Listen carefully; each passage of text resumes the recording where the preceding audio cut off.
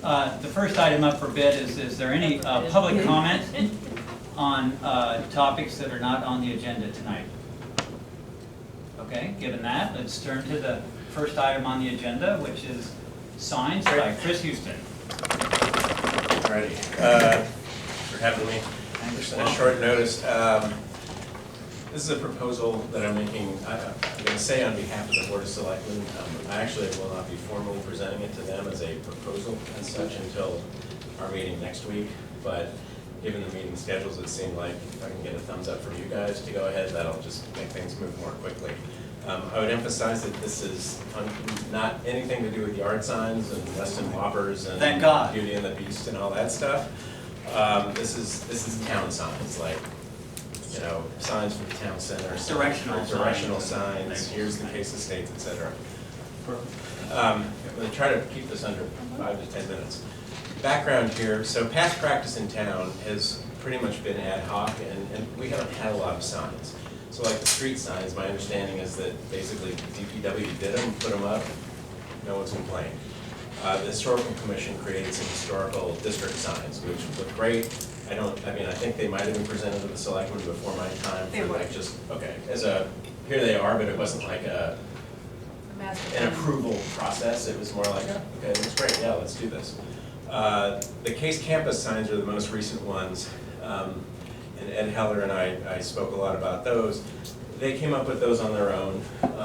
The idea, and I think they, for the most part, achieved it, was to just replicate in sort of color and style of the letters most of the signs that had been there previously.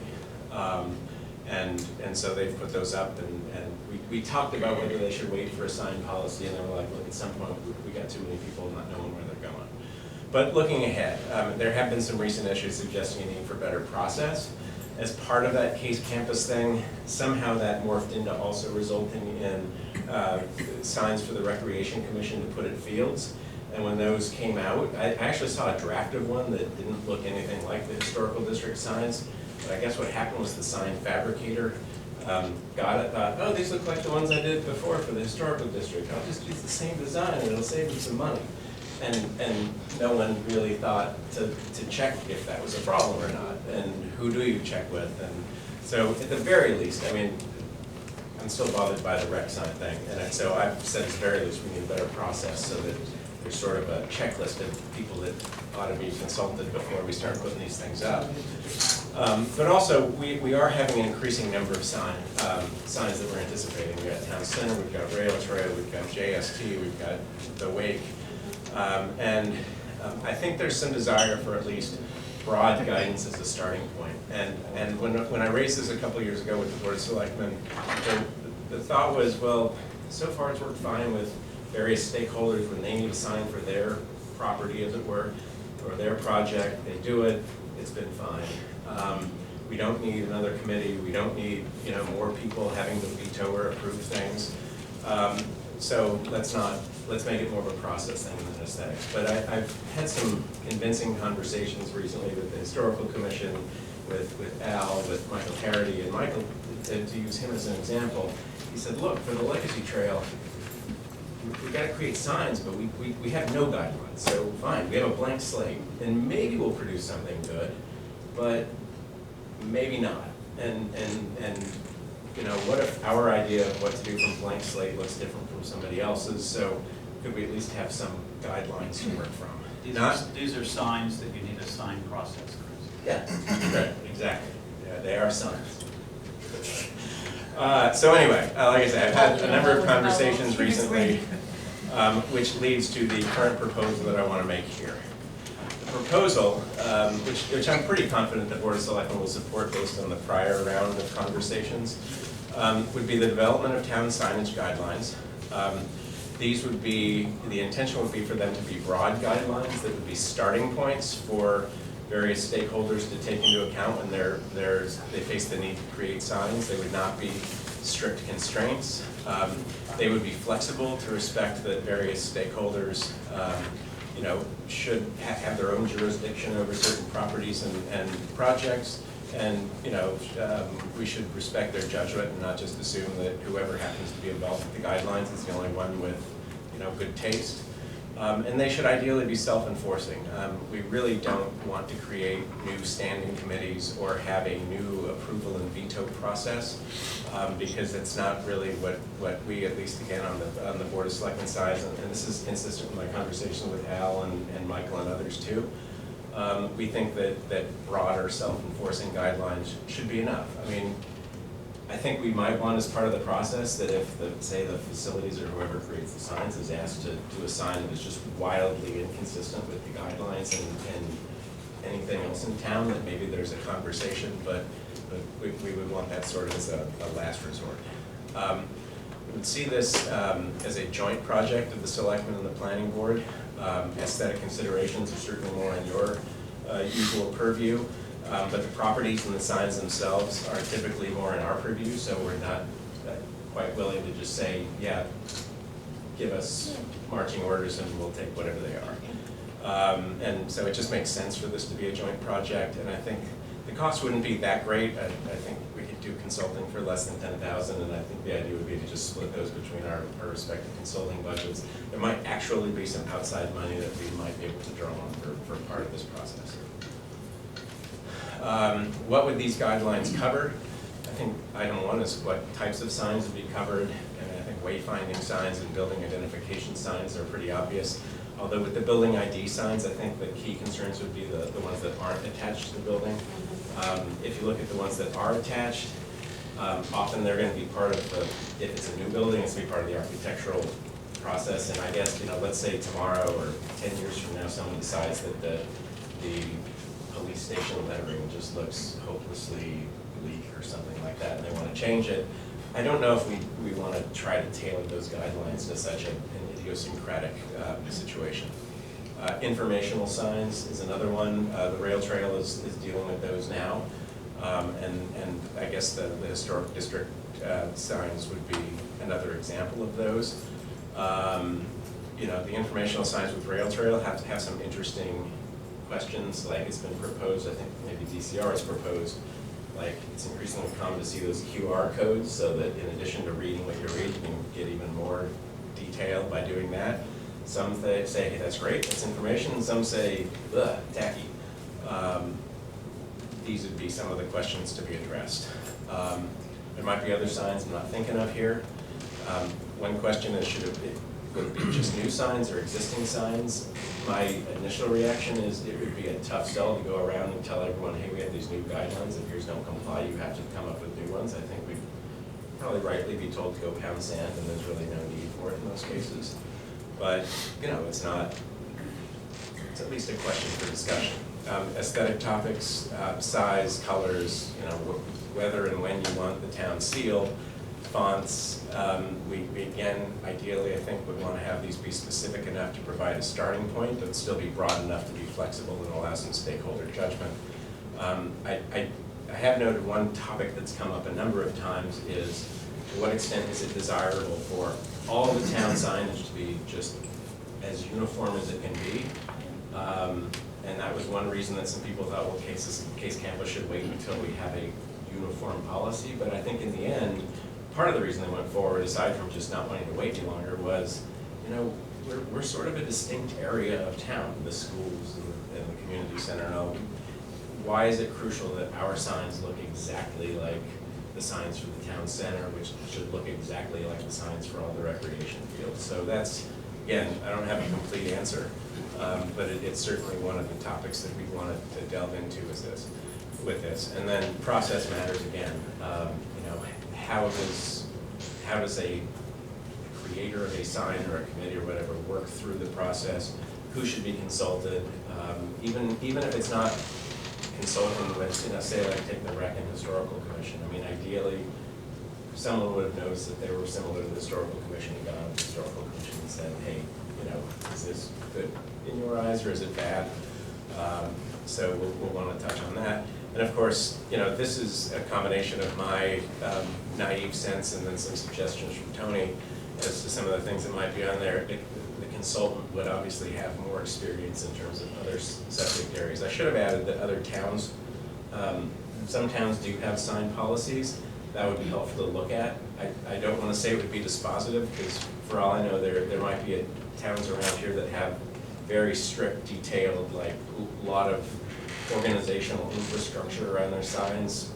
Frankly, I don't know that that's what we're looking for, but obviously we want some sort of indication of what other towns are doing and finding useful and not useful. Suggested process and timeline. This is largely from talking to Al and Michael. We could begin by selecting and engaging a consultant. I think there are a few possibilities. I think the amount would be small enough. We probably don't have to go through a big lengthy process. And ideally, we could select and engage soon, like in the next several weeks. Again, under this proposal, consultant would meet first with Board of Selectmen and the Planning Board in the fall to discuss our expectations, concerns, preferences, intentions, et cetera, because I think that those collectively should be what's driving the process. They would then take that as sort of the initial direction or sense to bring to the other meetings with other stakeholders. Those other stakeholder meetings would happen in the fall, describing what emerged from the Planning Board and Board of Selectmen input, gathering additional feedback from those committees. And I've actually talked about whether it's better to talk to one person from a committee or the whole committee, and my own sense is it would be better for them to talk to the whole committee to see to what extent is the committee unanimous in what it thinks, or is there some division and therefore maybe a little more flexibility. And then we also just want to get a sense for, hey, ultimately we need buy-in from the stakeholders. If we want this thing to be truly self-enforcing and everyone's kind of doing it because they think it's a good idea. So we want to get at least some initial sense of, hey, are you guys generally on board with this if we can incorporate your primary concerns and priorities and so forth. That next bullet is just a carryover from a cut and paste. Producing the initial draft of the guidelines based on all of this committee feedback, we thought would be a winter matter, because it will take a while to meet with all the other stakeholders, which I have listed on the next slide. Then that next draft would be, we would first look at that initial draft of guidelines, give our feedback for the Planning Board and Board of Selectmen, then go back to the other stakeholders and say, hey, we think this is a final document or a near final document. Are you cool with it? Are you willing to buy into this process going forward? And hopefully the answer is looks good, maybe some tweaks, whatever. We then have a final draft that we can approve toward the end of winter, beginning of spring, with implementation beginning in the spring. And I mentioned the test case here because Michael has indicated that for the legacy trail signs, they're willing to hold off and basically use those signs as sort of an immediate, like, real life example of, okay, here are these guidelines, now let's go create something with them, let's follow the process that's laid out and see how well it works, and if there are things that need to be adjusted, they can. The stakeholders that we had in mind, schools would be one, obviously, because they have a lot of signage. I thought briefly about whether they need to be part of the joint, sponsoring this project. I don't think they have enough signs and enough property to worry about that. Library in the wake, and obviously with the old library, they're going to have some signage stuff. Conservation Commission, Historical Commission, Rec Commission, Town Center Planning Committee, though I think it's now called the Working Group. Friends of the JST for the Tavern, Rail Trail Advisory Committee. Forest and Trail was suggested if they're in fact doing signs on town land and not just on their own trails and right-of-ways. And then of course we want to consult DPW facilities and the other relevant town departments, since they're going to be tasked with carrying a lot of this out. There might be others here. There might be other stakeholders that we don't necessarily need to get their full input on the front end, but it would be good to just keep them apprised that we're doing this, encourage them to come to any meetings if they want, and then show them the final project. Maybe Council on Aging, CPC, organizations that might once in a while be creating some signs or care about some signs, but don't have so many that they really need to be major inputs to the process. I think that's it. Questions, comments, and ultimately, ideally, if you guys are happy enough to do this, then I'm happy enough to bring it to the meeting next week. So let me just open up to the audience, and maybe we'll have a few comments or questions from the board. Any comments from the audience on that? Yes. Diana Chaplin. So I'm just curious, I'm hearing that Al and Michael are involved in this in some capacity. I just don't know what that capacity is, so I was curious what that capacity is. So I think Al is like the historical commission has been, interested in this, especially, I mean, they've been interested in the past couple of years, just foreseeing the oncoming flow of signs, and then I think it became especially concerned when some other department had some signs that were essentially identical to theirs, and Al was sort of designated as the historical commission member to be the key liaison on that. Michael's involvement is because he's involved with the Legacy Trail, and so designing the signs for that, he's in a position to say, hey, we're willing to, hold off on making our suggested signs until we get this. He's also obviously got some good perspective based on his past involvement with the case estates generally and as a selectman. Thank you so much. So my initial comment sounds like a jolly good idea, and it sounds like you've done a good first and second round of thinking, so I'm sure there are other comments. Yeah, I think- from the board. Yeah, Alicia? I think it's great. I wish we had started yesterday, because I'm concerned that we have a lot of projects in the pipeline that are gonna need signs ASAP. And for instance, the old library and the rail trail and things that they're already going. How are we gonna get out in front of them? Can you fast track some Yeah, of this? that's what I'm wondering, how we're gonna get in front of them. Yeah, I think part of it, I figured in coming up with the timeline, and this emerged from my other conversations too, I'd rather set out something that really seems doable, with the idea that, look, if we engage the consultant soon and we talk to them and they're like, we can get this done faster, great. And also, frankly,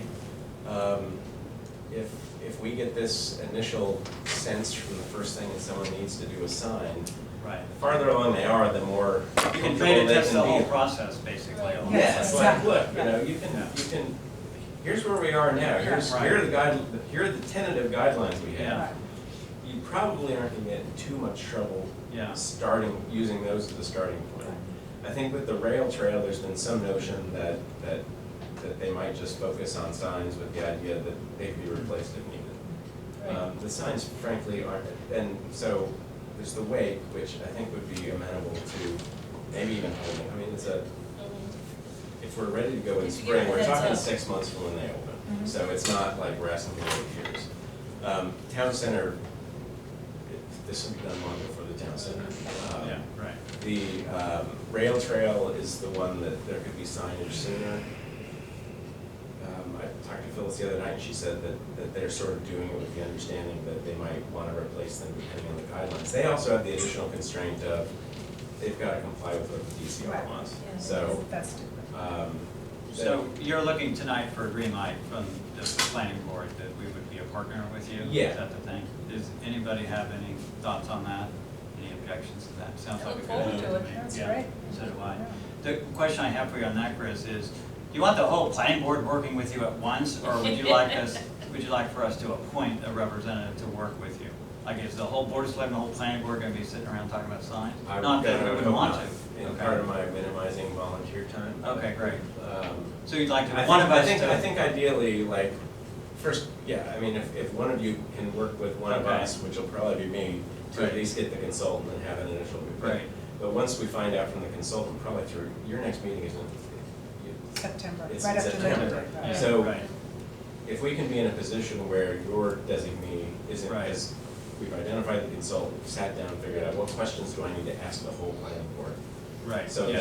that A we can, liaison. I mean, and this is consistent with my attitude generally about liaisons. I mean, it's key for a liaison to actually liaise with their whole Right, committee. right. And so I wouldn't want I'll put it in myself. I wouldn't want me to just be sitting down and never asking the other two selectmen. Right, what do you think about it's this up to guy? the liaison to bring the issues back. Yeah, bring the issues Yeah. back and then bring this, get the Right. Do you feedback. and have a bring- scope of services you're gonna be using to go looking for a consultant and getting a price? Not yet. I Okay. wanted to get the, Right, yeah, On right, board, but yeah. if we can help with that, that's also yeah, something no, that would we be can do. good, and I've heard a couple of suggestions. We actually did ask, I think they did it as part of the initial way back when, a couple of years ago, town center stuff. I think Niche gave us some ideas, but they weren't totally usable as guidelines, but in their defense, we gave them a very vague and enjoyed, like, sensible. What you're really looking for is like a mini master plan. Kind of. Yeah. But again, a broad, Right, exactly. flexible master plan. Right, You no, had a nobody good wants- phrase, I think, for it, like a, Nobody wants, Guidelines. a hard policy. Did but Sue have be any, guidelines. did Sue have any question? I want to give Sue some space here. Any questions or comments, Sue? No, but I agree that it's something that's really Right. needed, and I'm glad we're finally getting moving. Government on at work. it. Thank you. Good government work. We had one more question from the audience. Yeah, I have a question, I'm sorry I'm late. My name is Paul Nold, I'm from 285 Winter Street, and I am serious about signage. I have one comment, and that is if new signs should be made, which I think sounds like a good idea, I would first look at the signs we have and maybe eliminate 50% of them, because it just seems that there's way too many signs in town.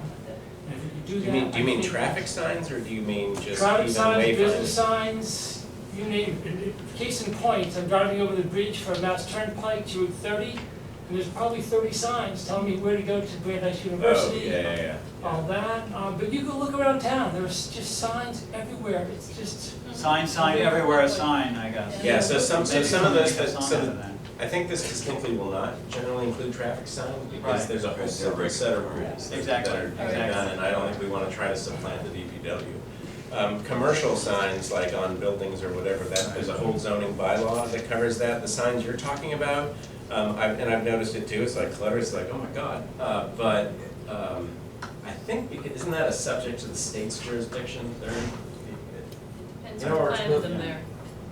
Some of them Okay. look like they've been planted by 30 the is, I institution believe, a Yes, themselves. town exactly. road, but it's a numbered, so it's. I mean, it is, I would It's a actually good- agree it's a with good you if point. we could figure out how to, it's a mess. I mean, Yeah, slightly different topic. Good Yeah, point, yeah, yeah. slightly different topic. These are towns. Those aren't town signs per se. Yeah. But it'd be good to know who does regulate Right. those. Yes. Who is making the decision for every church and school to pop up a sign Yeah. at our So intersections? I'm going to try to wrap this up and Yeah. see if anybody has any ideas on who would be our representative. Do you want to try to decide that now? Talk about it later. Talk about it now or later? Whatever. I'd do it later. Okay, So so do you feel, we'll do you chew feel, on it. you'll let me know if we have the. A, I think the planning board's in agreement. Yes. A, it's a good idea. B, will participate. And C, will certainly appoint, or someone will volunteer to be a liaison. Okay. So just, There's nothing I disagree with in what you said.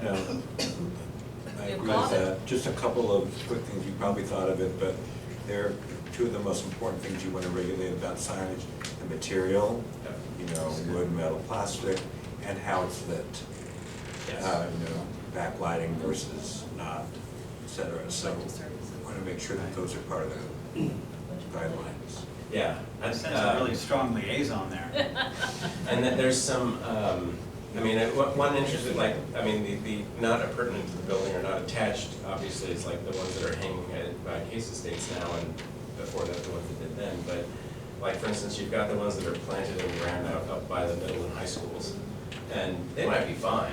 I mean, I'm not proposing we change them. I would propose that part of the guidelines say when a letter falls off, you figure out a way to replace it, because Yep. going by the middle pool is just not a good look for the town. So, but anyway. Thank you, totally Brett. agree. Good Thank job. Appreciate it. Thank you. Sold. Thank you. All right, next item up for bid is Boston Post Road tree removal. Any applicants want to come forward? Yep, thank you, Mr. Chairman. Right, sure. I'm John Mikulak with Niche Engineering, and with me is Tim from Richard Burke Associates. Okay. We're here as a follow-up to the last planning board meeting.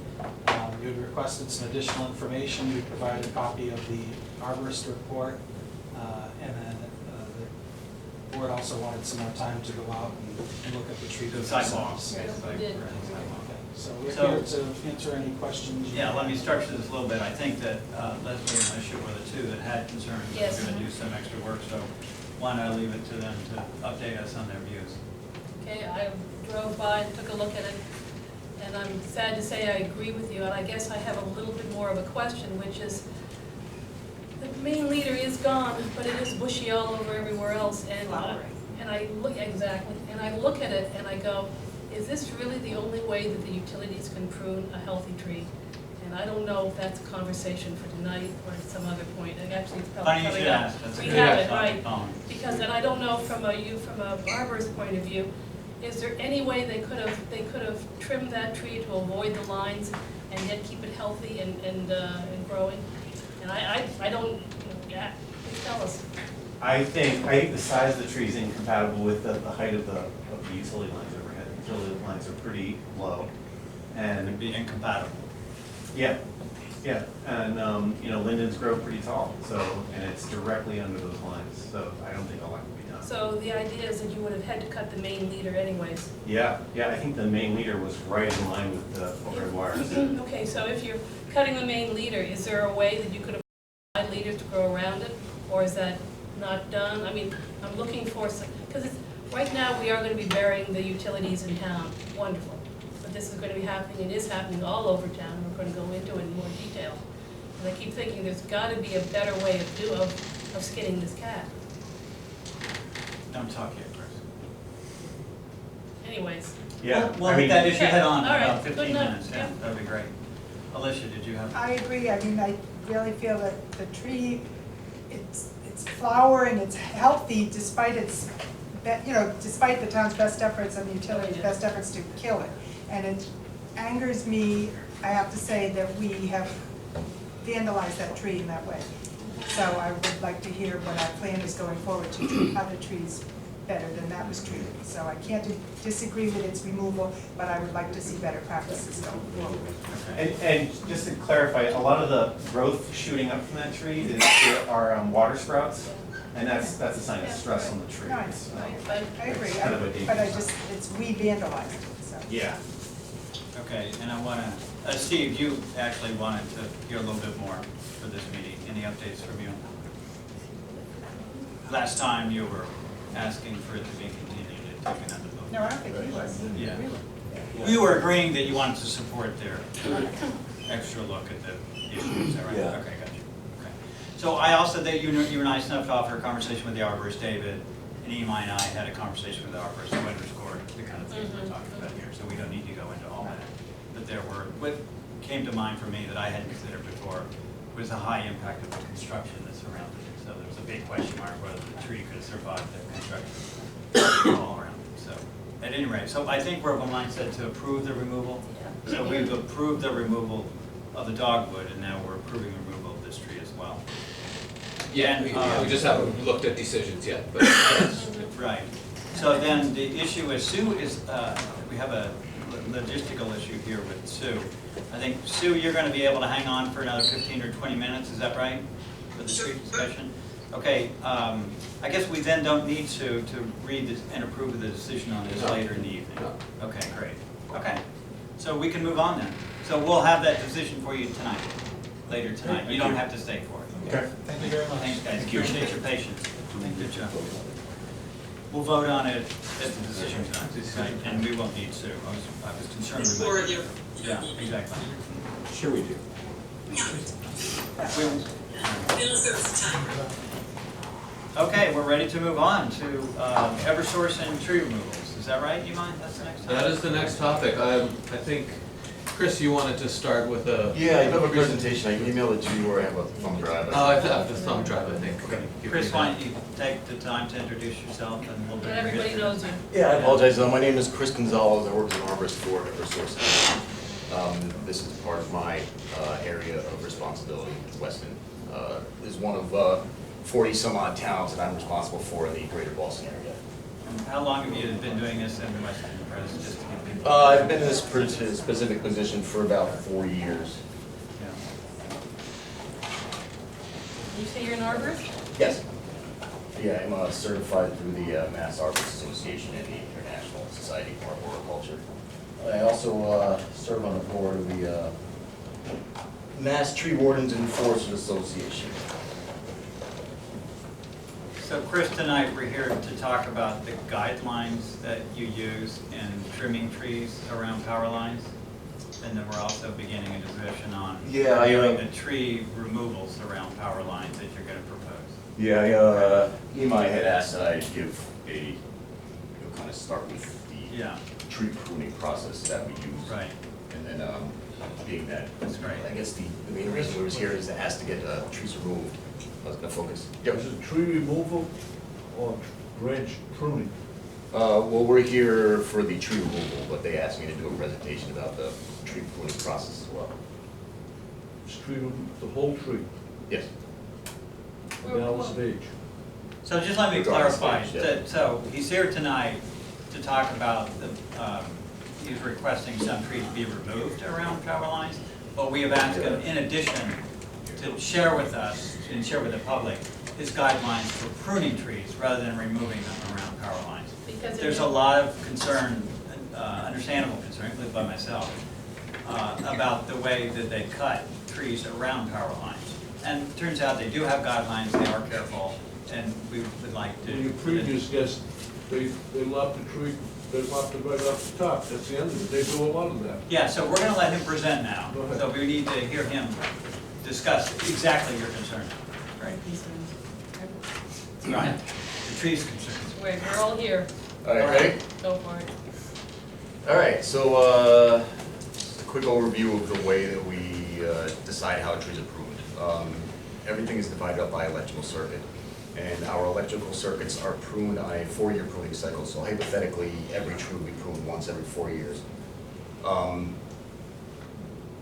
We are required. So we're gonna, it turns out we want to be really efficient with Go this. ahead. So what we do is we let presenters talk uninterrupted. I And just then at can't the hear. end, we'll have, oh, why don't you come sit next to him? Actually, great idea. Sit by beside him. Yeah. Yeah, then at the end, we'll give you plenty of chance to ask your questions. So the way this begins is I required by Mass General Law, Chapter 87, Section 14. Chapter 87 is what deals with the trade, public shade trees. Section 14 specifically deals with the utilities relationship to public shade trees. So it is stated in Section 14 that we are required to notify the town at the beginning of the year, present them with a yearly operation plan of what electrical circuits are going to be pruned away from the wires, and we have to give them maps of exactly the locations of where all the work is going to happen. So Eversource's specific clearance specification is 10 by 10 by 15, which means our guideline is that we're going to be clearing any vegetation that's 10 feet below the primary wires, which is typically the highest voltage wire, which is located all the way at the top of the utility poles. 10 feet to the size of that wire and 15 feet above. The reason why I refer to that as a guideline rather than kind of a hard rule is because clearly in many towns similar to Weston, you've got an established canopy and a lot of large trees that encroach within that zone that we do not consider to be a threat to the wires. We do notify all residents on these circuits by mail. It's a program that I have on my computer. Basically, it's done by circuit. It is linked up to the billing process. It's an imperfect process, and it's something that I'm working on, but it is kind of what we're working with right now, and it's not something that's actually required by the state for us to do. But we found that it's been successful in reaching people who do have concerns about specific trees, so that we can go out and meet with them before the pruning happens, because I'm typically the person who has to deal with it before and after the tree is pruned, if it's somebody who's upset about the situation. I would say there's a very low percentage of residents / customers that respond to the mailing, but I guess there could be a little bit of a conversation as to why that is. The letter we mail out really just kind of has our Eversource customer service number, which is not the easiest thing to deal with at times. So I think that could be a bit of a deterrent. But also I find that most people that I talk with are generally in support of what we're doing. I guess the overall reason why we are pruning trees is because we're trying to maintain electrical reliability. This is something that we're required to do by the state. We need to maintain a safe workspace for our tree workers and the line workers that are working around the lines, because these are very dangerous electrified wires, and public safety in general. When we do pruning and we do tree removals, it really helps us with our storm resilience. Storm cleanup, it's kind of inevitable when we have big snowstorms, or just this past couple of days, or yesterday I guess it was, the tornado that hit the Cape. Tree pruning and removal of hazard trees is a big part of helping us get things up and running faster. And last but not least, we have to be OSHA compliant. OSHA regulations say that if you are not a qualified line clearance worker, you are not allowed to get within 10 feet of our primary wires, which typically carry a voltage of 13.8 thousand volts, which would be street side. but you can run between like 2.5 and 13,500 volts. But you're not allowed to get within 10 feet of that unless you are a qualified line clearance worker. If you are qualified, you are not allowed to get within 2.5 feet. So that goes into how we came up with the 10 by 10 by 50 clearance specification. And we kind of start with that 2.5 feet, and considering the way trees grow in this part of the country and the 4-year cycle, you know, we have to maintain that every 4 years. We're trying to keep those trees out of those wires until the next cycle.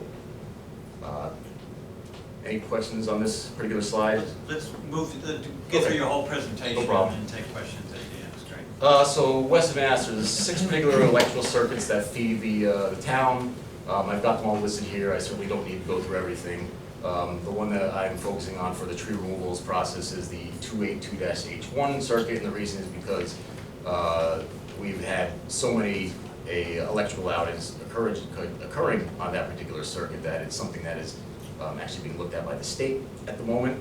And if we keep incurring repeated outages, it's something that Eversource can actually be fined for.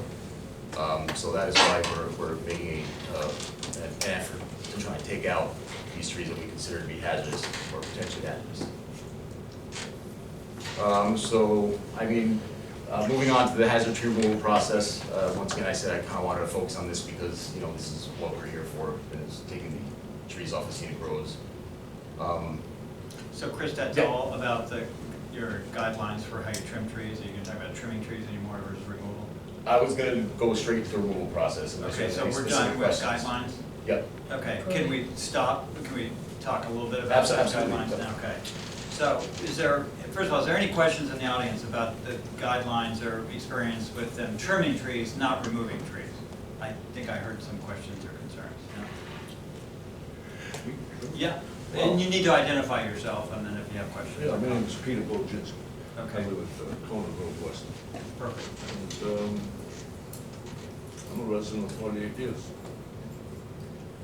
I haven't seen these guys in 40. All of a sudden they're here for the last 10 years.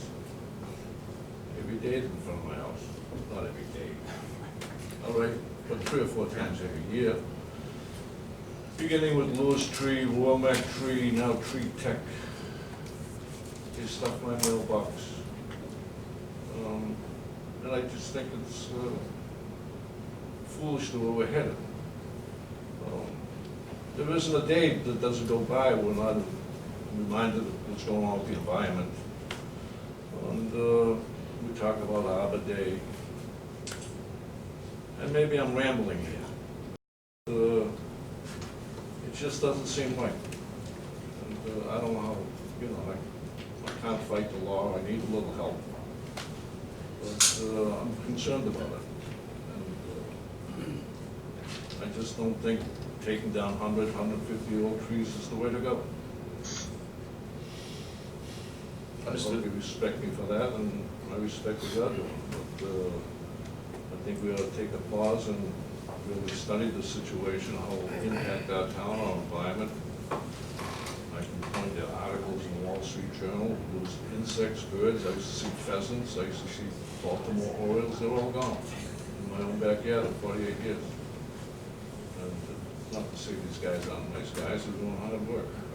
But taking down full trees, like 6 or 7 just at my end, they're beautiful trees, it's nothing, never bothered anybody. I don't understand it, quite frankly, you know, and I hope we can do something about it. But just to let you know, you live on Conant, is that what I heard? Conant, did he say? Yeah. So on Conant Road, any tree that they remove that's in the public way, it has to be approved by the planning board. So they're not unilaterally deciding to remove those trees. They decide more contemporaneously to trim those trees and how to trim those trees, which is a reasonable concern. I have that concern as well around my house. So that's why we brought up the first topic is how do you decide to trim trees and what are your guidelines for trimming trees? And that's where, Chris, you were talking about more the geometry of how far away you have to keep the trees from the power lines, right? And that's the basic guideline. Correct. And I've seen trees sheared. That's the challenge that we have. That's the objection we have is they seen trim trees. them in a way that ends up destroying the tree. Right, I own trees in another state that are marked by the town. and the utility, in this case, main power, came and stripped it. A marked tree. 100-year-old maple. Just stripped one side. They had the power to do it. Nothing I could do about it. They do have the power to do it.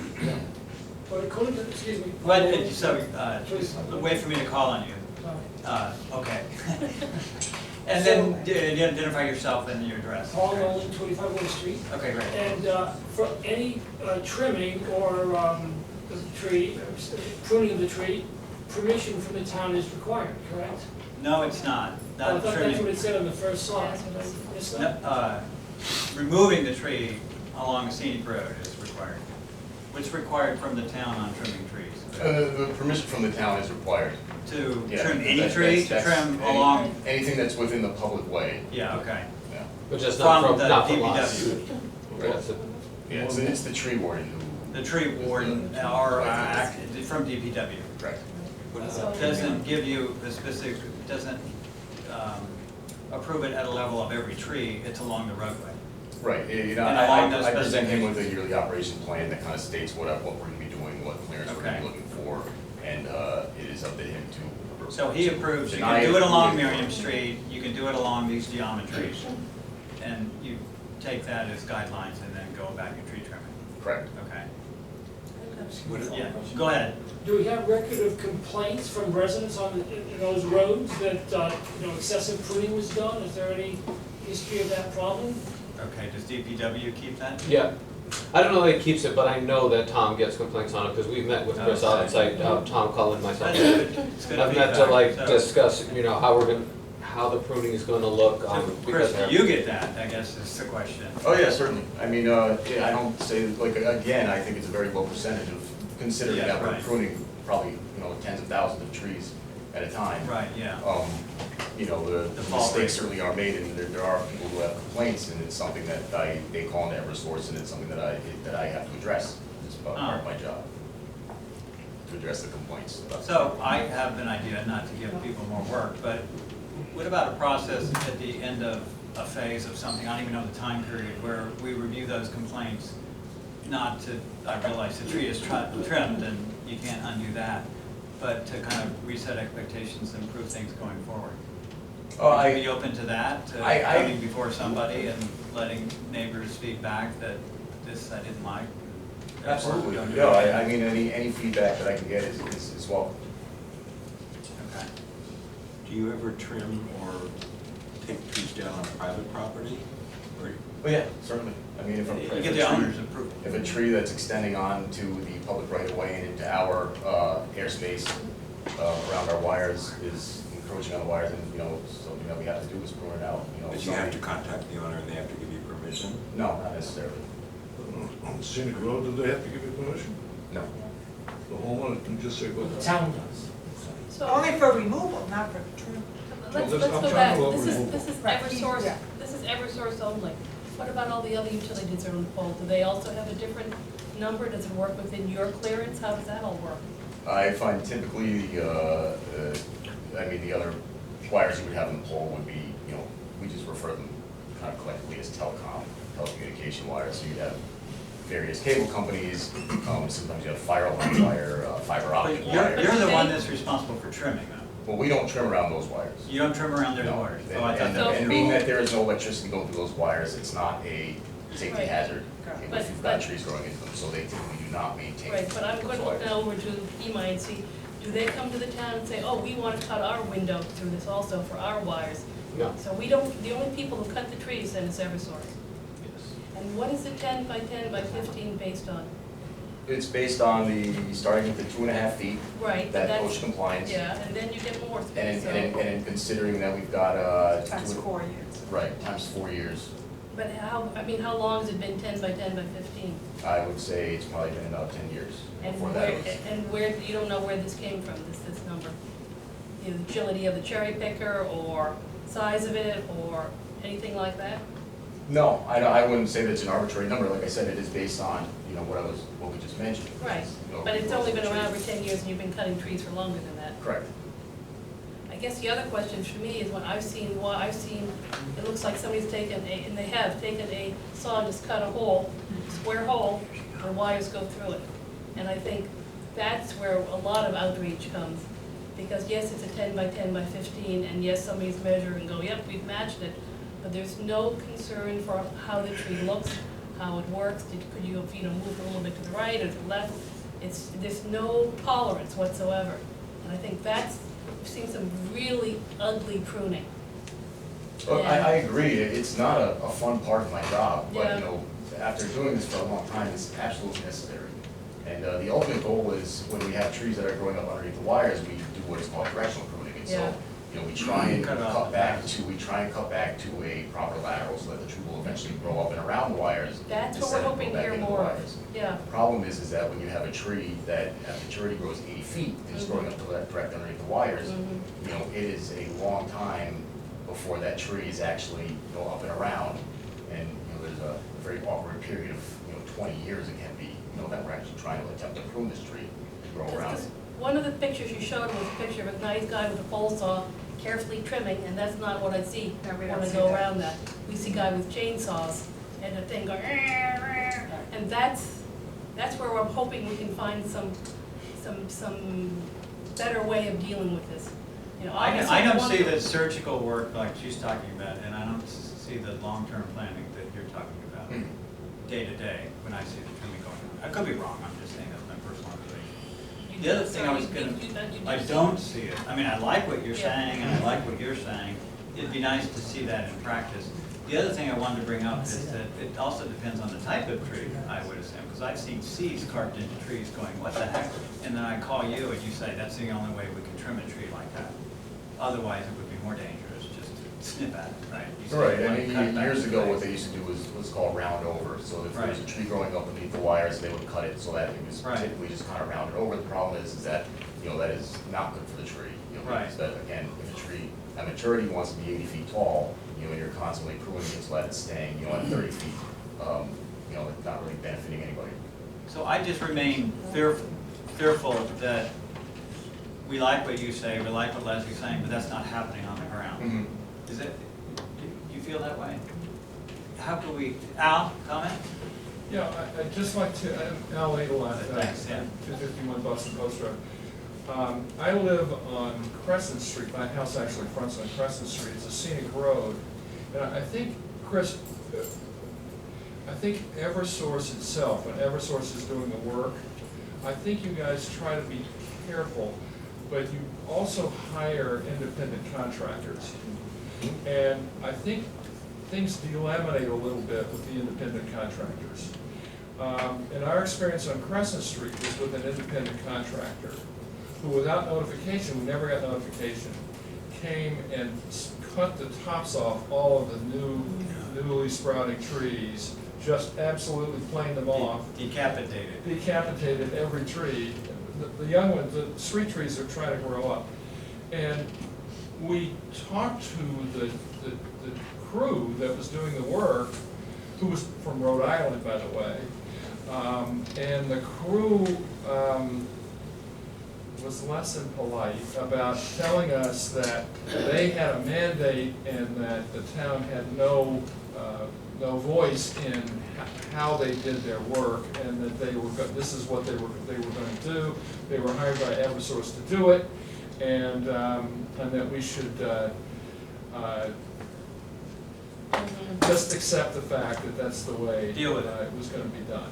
And that's not really good public relations, I have to say, but I can see how that might happen if you have a number of private contractors. And what I would urge is that you be, perhaps Eversource be more diligent about training their contractors to be a little bit more considerate of, especially on scenic roads where, it could make a difference. I'm talking about trees with, trunk diameters of between 2 and 5 inches that were just trying to come up.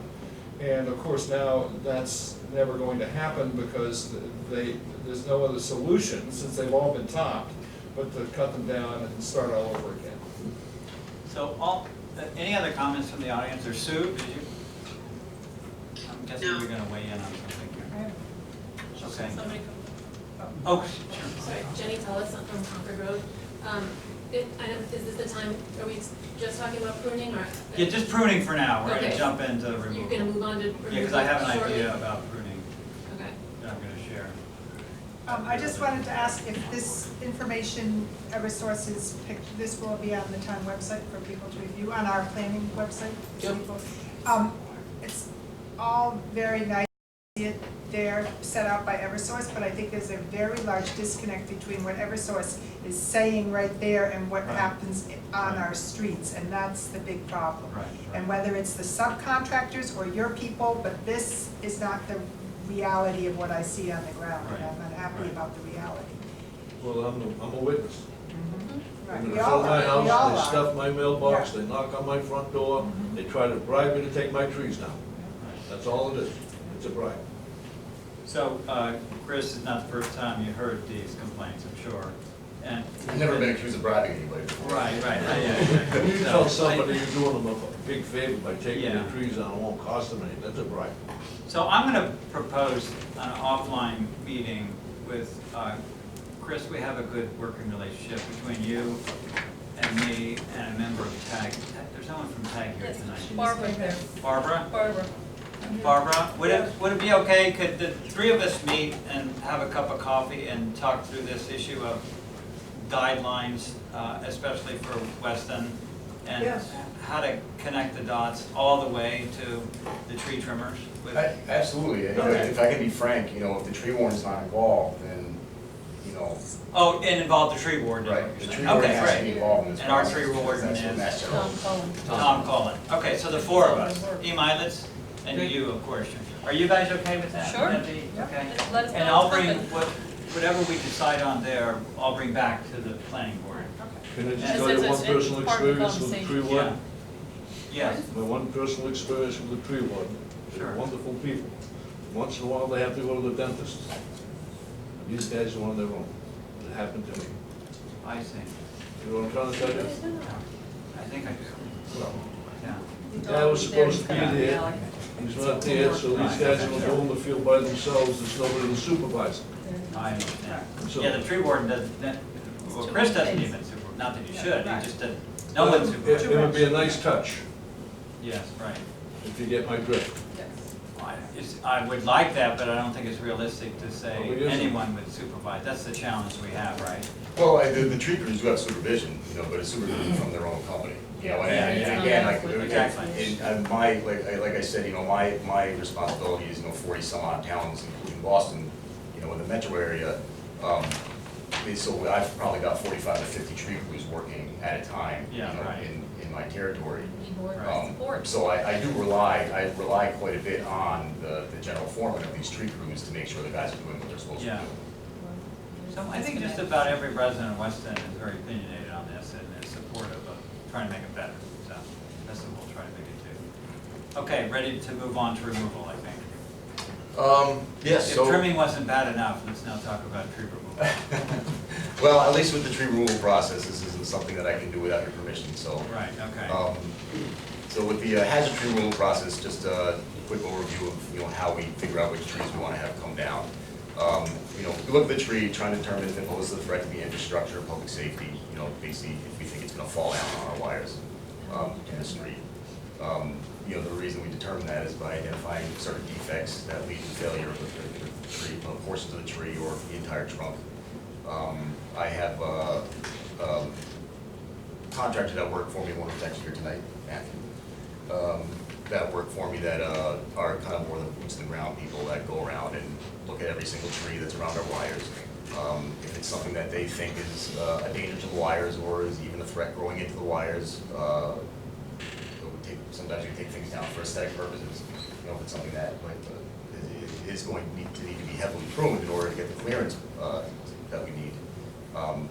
We will try to determine the ownership of the tree, whether or not it's on private property or on public property. If it is on private property, we, like you said, stuff in the mailbox and ask people to see for permission to take the trees down. And gave us permission to take the trees down of private property, that's what we do. If it's on public property, or, you know, within the town road layout generally, because that's typically where our wires are located. And we have to put together a list, I have to get permission from the tree warden to take them down, or if they're on scenic roads, then, you know, I do hearings in front of the planning board. What percent of the trees that you take down in Weston are along a scenic road versus otherwise? I would say a very high percentage compared to Or other on, towns. whether scenic. I mean, well, I think what Weston has a lot more scenic roads than other towns do. And, Amen, brother. Yeah. Yeah, well, except for the town of Norfolk, apparently every street in Norfolk is a scenic road. That's interesting. So what happens if the private property you don't get permission? Right. Then we just take note of it, and if the tree falls over and it, you know, causes a problem, then we've got a record that it was something that was denied. I mean, if it's something that we are seriously adamant about, then, you know, I will go as far as, you know, sending letters and, you know, describing exactly what the issue is. But it's rare that anything gets to that point. Usually if the tree's that bad, it's pretty obvious that it needs to come down. What's the process when you go to the tree warden and ask to cut a non-scenic roads? Honestly, in Weston, it's not something that really we have a precedent for. So no trees ever get cut on non-scenic roads? Tree removals, I don't think we've taken down any tree removals off of non-scenic roads. The last time we did this, just about every tree except for a couple that we ended up determining were not all that important, were on scenic roads. Why is that? Why are you picking on the scenic roads? There were trees. But there are wires on other roads. That's why they're Right. scenic. I know, no, But honestly, Yeah, I know. that's exactly what it is, that's why they're scenic, Scenic because means it's trees. big old Tree trees, lines, yeah, you tree know, line and big roads. old trees are the ones that cause the most damage when they fall down. Right. Why do people rob banks? There's money there. Right, yeah. How do you know if they're gonna fall down? Well, we'll get into that, I'll show you some of the stuff that we use to try and Okay, determine we'll whether let or you not to. continue. Sorry, we interrupted you. But yeah, actually this little picture I got over here, though, this is a tree that fell down on Highland Street last December. That was a big mess. So the tree removal criteria, what we're looking for, this is not a comprehensive list, but you know, this is stuff that we would look at specifically. Codominant trunks, included bark splits. Codominant trunks meaning a tree that would have, you know, instead of a strong central leader, it would have multiple leaders. Presence of decay fungi, fruiting bodies, dead wood in the tree, cavities, wounds, hollow spots in the tree. Look to see if the tree is uprooting at all. We look for trees that are in close proximity to or in contact with electrified conductors. I mean, those are the trees that tend to be kind of the biggest point of contention, just because, you know, we were asking to take down trees that are essentially healthy, but they just happen to be in contact with our wires, and so we do consider them to be a hazard. You got Doug to ask a question? Yeah, let him finish, Okay. if we could, that'd be great. Trees that typically are exposed to high winds fall down quite more often than others, and trees that have insect infestations. Did you have a question about the site? Let's move, let's get Okay. you, No problem. we're going late here. So I don't know how well these pictures are coming out, but just an idea of what we're looking at as far as what I was describing. So included bark splits. So that picture on the left there was from Brookline. This was a tree that we took down kind of in emergency. Again, I don't really know how well that comes through, but you can see that there's actually a seam that goes down in between those two codominant stems. That was actually an elm tree. Actually, it was a linden, sorry. And in Farrar Road in Lincoln, this is actually the after codominant tree with included bark, broken in half. That was another tree that we were able to get to before it fell on the wires, luckily. Decay fungi, fruiting bodies. The reason we look for this is because you know, certain species of fungi are indicative of internal rot in a tree. I picked these two pictures specifically just because it's pretty obvious what's going on there. These particular mushrooms are actually not really decay fungi, but decay fungi aren't really all that interesting, so they don't make great pictures. So cavities, wounds, hollow spots in trees. Again, this picture on the left there is a bit dark, but that's something that's on East Main Street in Hopkinton. That tree has not come down yet, but the town has given me permission for it. And we've got this one on Hunwell Ave in Newton, which that was a tree that had come down probably 5 or 6 years ago. But you can see the extensive rot that's inside these cavities. Uprooting, this is a tree that came down recently in Speen Street in Natick on the left, and the tree on the right there is uprooting as well. It's not all that easy to tell, but you can see where there's kind of a root plate that's lifting up out of the ground there. That actually just happened in the tornado yesterday. We took this tree down today. Trees that are in close proximity or in contact with electrified conductors. This tree in Seaver Street in Brookline is something that had been ignored for a really, really long time. And by the time we got permission to take it down, we had to seriously insulate that thing so it'd be safe for the workers to work on it. The one on the right there on Waltham Street, Lexington, you can see that the wires are put up on both sides of that tree. A big portion of that broke out and fell, and we ended up having to shut the road down in an emergency to take the rest of the tree out. Insect infestation, the tree on the left there, this is a picture of some of the first examples of emerald ash borer that I'm seeing in my area. Emerald ash borer is a small insect that's decimating ash populations that's been moving its way east. And like I said, this is the first time I've actually seen it. You can see all the holes that are in the trunk of the tree there. The light colored bark, that's what we call blonding, and that's from woodpeckers actually pulling bark off the tree in order to get to the insects underneath. But it's a tip. Woodpeckers are good. They are, they're excellent. And the picture on the right there, that's Bean Street Natick, that's a gypsy moth caterpillar. Some of the towns in the western area of my territory, Sherborne, Norfolk, Millis, Medway, we've had just unprecedented mortality of oak trees. Caterpillar will get butterfly. No, it'll be a moth.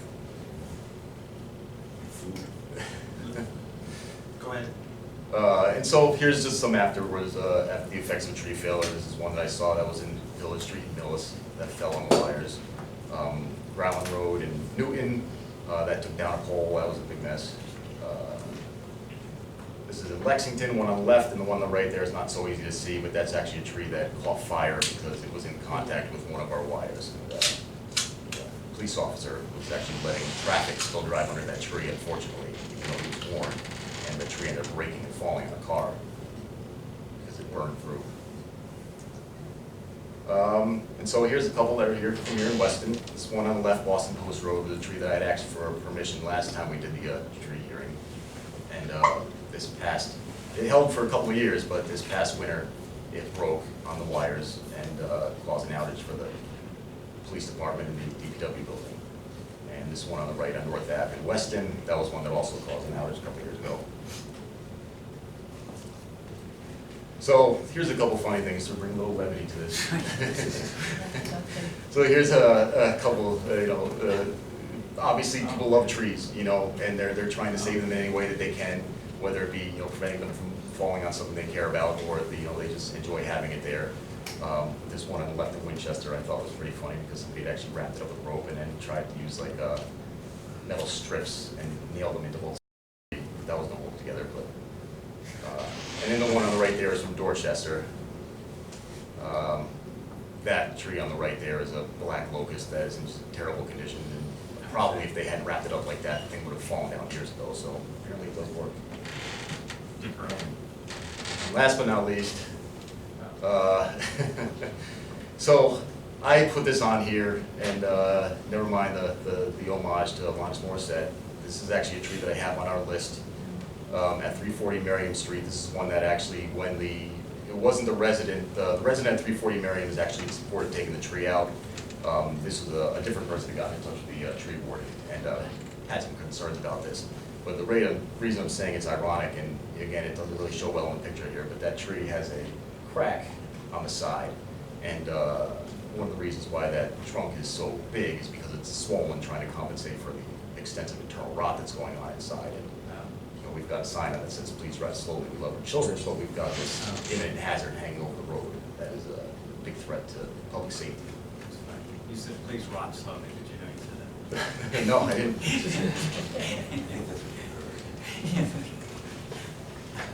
So that's it. Open any questions anybody has? Let's take questions from the audience if there are any. You talked about wires going from the main power line into a house. Is it any electrical wires? We're mainly focused on the wires that are along the street because we get more bang for the buck, so to speak. Obviously we're taking trees down off those wires. We can save more residents from losing power. And also because those wires have a much higher voltage, they're much more dangerous when they come down. So who's responsible for trimming a tree that's touching a power line that's going from a main street into a house? We don't do scheduled maintenance on those trees, but if you do call into Eversource, we will come out and prune, you know, maybe 2-3 feet around that wire. Outside of that, it would be the How about a homeowner's dead tree? responsibility. Again, depending on how close it is to that wire, if it's something that's contacting, you know, we'll probably take the initiative to take that tree out. But, you know, if it's farther away than, you know, 2 to 3 feet, then that's something that the homeowner would need to get their own tree to take out. Question in the back? What percentage of the trees that are on the list are ash trees? I would say small percentage. I don't see that. Yeah, there's definitely some ash trees on the list, but they're typically not something that is. 19. What percentage of these trees would be dead in 5 years if they weren't pruned? I would say probably 95% of them. I mean, in 5 years, I would fully expect the emerald ash borer to be in this area. Yes, last question. It's not a question, but Oh, a comment. comment about Sure. an associated benefit to tree removal. I'm on Concord Road, Jenny Cullis. It's a lovely scenic road, but it's also a very dangerous road. And my husband and I have witnessed or been the first to arrive on the scene of multiple accidents in recent years that were directly or indirectly caused by trees that are close to the road. You know, including a woman who hit a roof fall, flipped the car over. She was fine, she was buckled in, and we got her out, but she, because there was a tree right next to the road.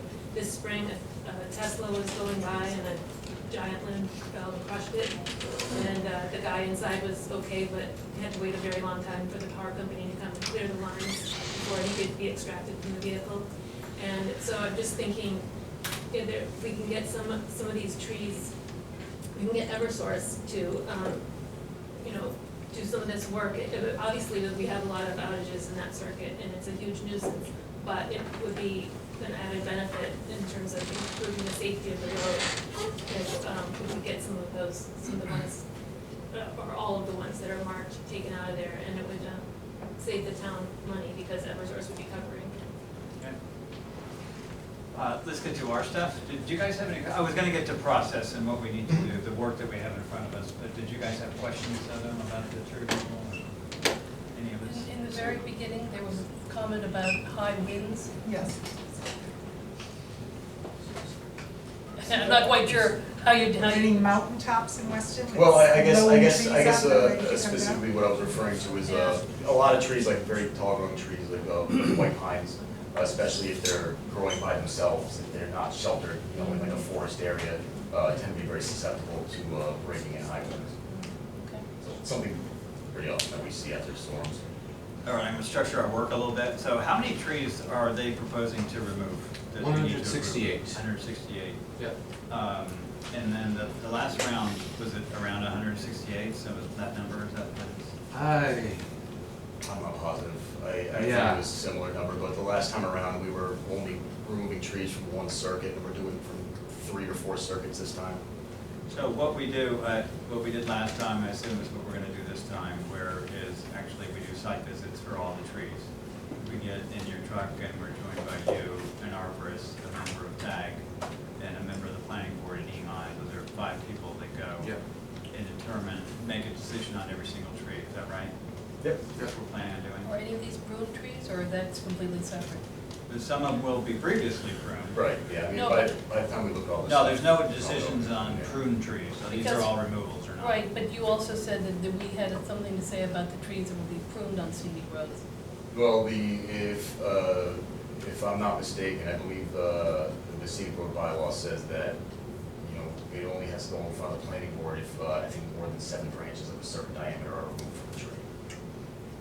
So the pruning that we're doing does not get anywhere near that level.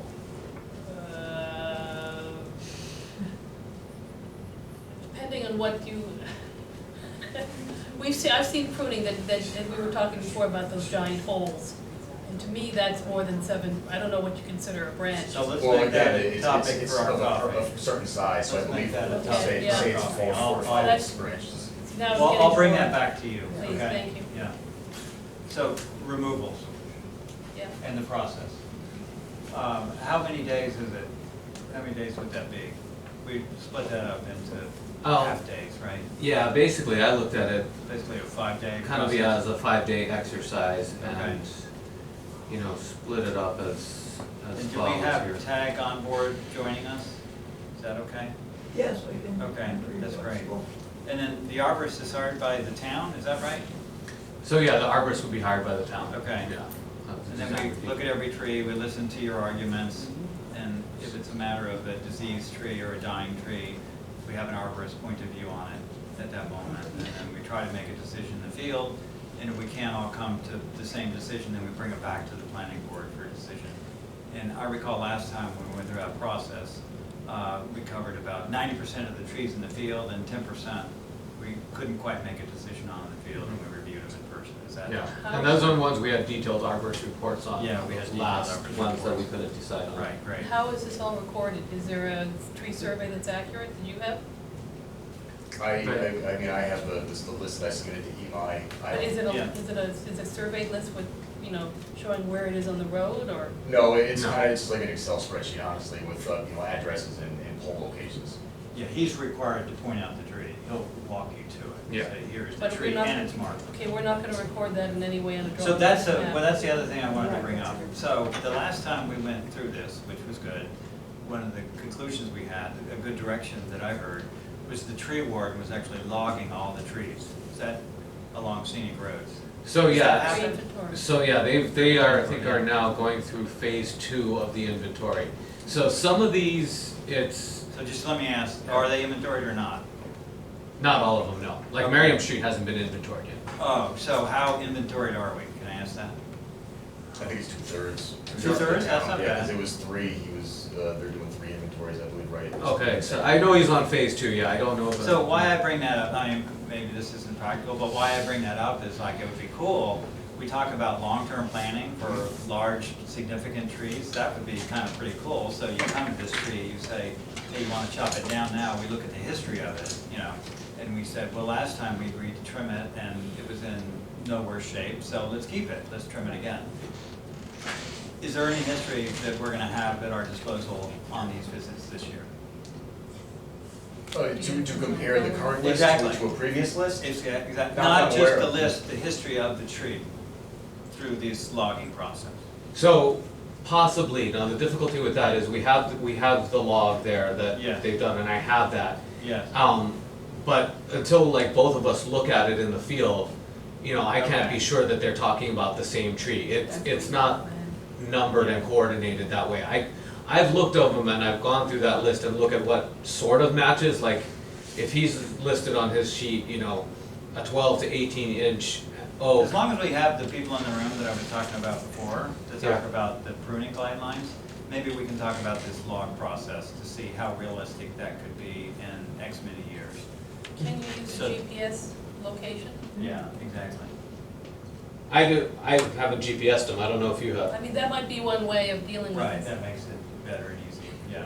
And it might Because go it's back tough the to see this inventory. tree for the first time, and, you know, the arborist trying to figure out, but the arborist had some history, and if we had some history, we said, hey, we gave it the old college tree college try the last time, and it survived 4 years. Well, Four more years. I understand, but, you know, my point is, every tree that falls has never fallen before. Yeah, no, we'll get into that argument in the field, but it's nice You to know, have more the data. previous history of the tree, I Yeah, don't really see exactly. how it has anything to do with the current condition of the tree. Well, it does for the trimming especially, because you were talking about that. You were saying you have a trimming strategy over time.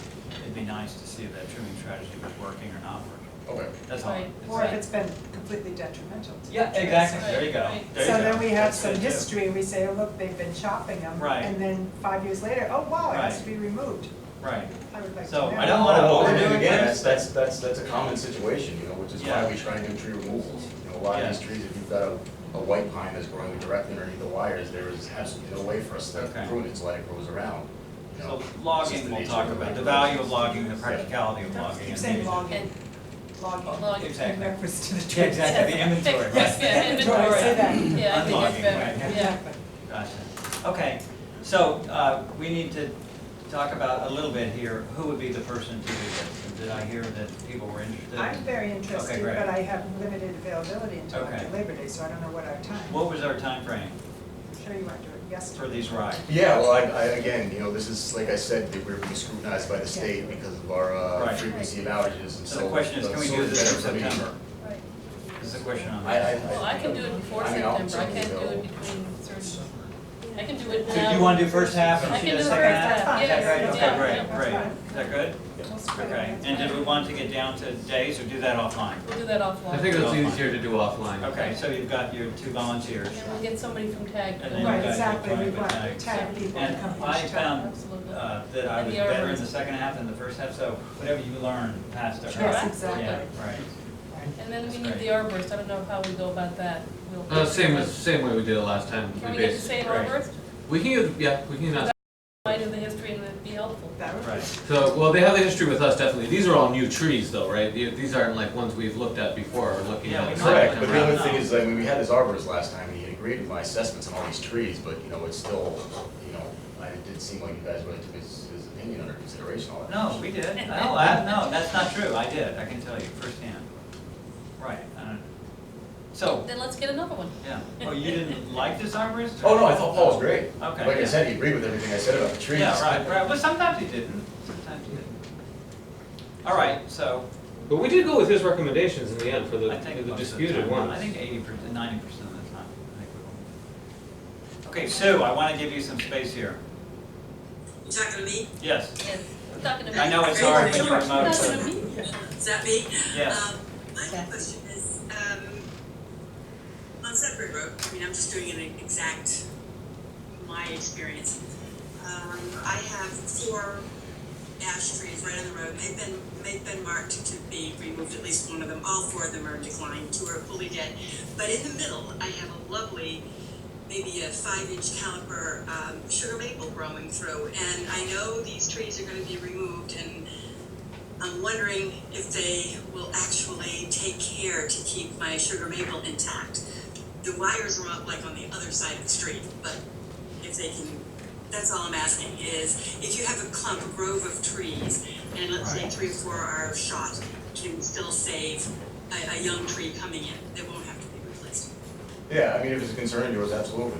I would look at it probably beforehand with the tree crew, because I don't want to make promises, obviously if it's something that there's absolutely no way that they're going to be able to save the tree. And that's fine to say these things about the tree group and everybody else, but it's actually at the moment, I watched them take out one of the trees recently, and they had come through and took out one but left the other. I thought that was interesting, but it's pretty much bedlam at the moment of getting in there. They are so busy, and there's such high stress work to get these things out. I just wonder, unless the owner was there saying, don't take out that small tree, in the middle of this clump, if it would just get run over. That's all. Oh, it's true, but that's all information that can be conveyed to the tree crews, and, there are other ways to take them down. I know the tree crews have been working in Weston, taking the private trees down. Recently, they're doing their removals with a bucket truck.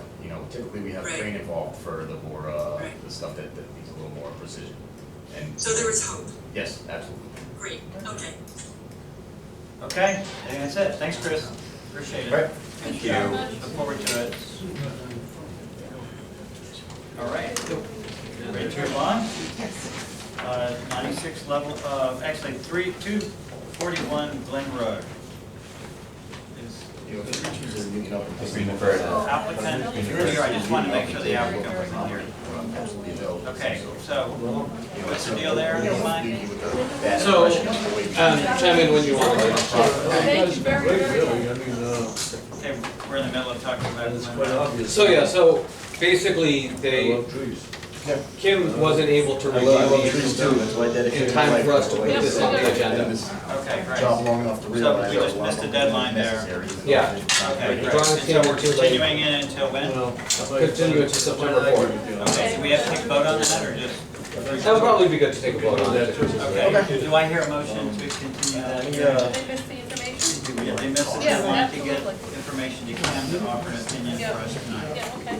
So rather I than, move that we had a continue- choice of split into 2 meetings or have consolidated one meeting. Yeah, one meeting. Okay, go ahead. I move that we continue 241 Glen Road, site plan approval until September 4th, when we can do it with all the information. No one happens in Lincoln. You don't go there. Second. All in favor? Aye. All opposed? You don't go there too much. Move on. Is Sue still with us? Yes. Okay, great. It is. No, I think you're all set, Sue. Hi, Sue. Yeah, let us know what Nice we to can see do. you. Feel better, Sue. Speedy recovery. We'll see. Yeah, you're musically Bye. today, aren't you? Thanks, Sue. Take care.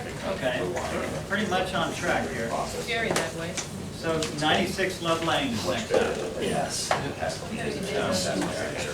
I've allocated, or Imai and I've allocated 30 minutes to the entire presentation with all the questions and so on. Thank So, what we're gonna do is leave you uninterrupted to go through your presentation. Then we'll open it up to the public, see if you have any questions, and then we don't have consultants here tonight, but we'll bombard you maybe with some questions and thoughts. Sounds good. Yeah. So I'm Travis, I'm the principal at GMT Home Designs. I was hired by Black Anchor to do the architectural work. Along with me tonight, we've got 5 of us actually here. So this is Michael White, he's the landscape architect. He'll speak to that piece of the project.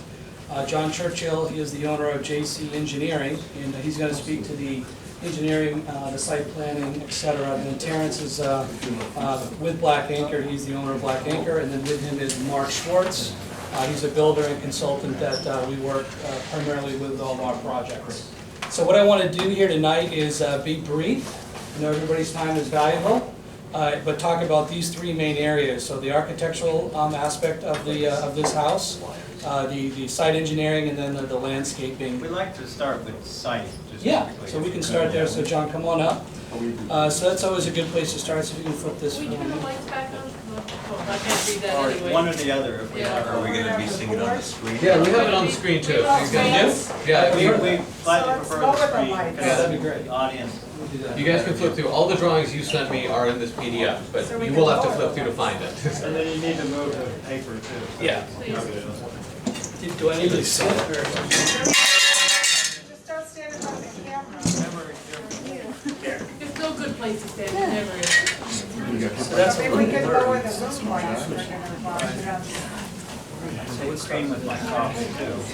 Down the cake? Right down the street. Right down the street.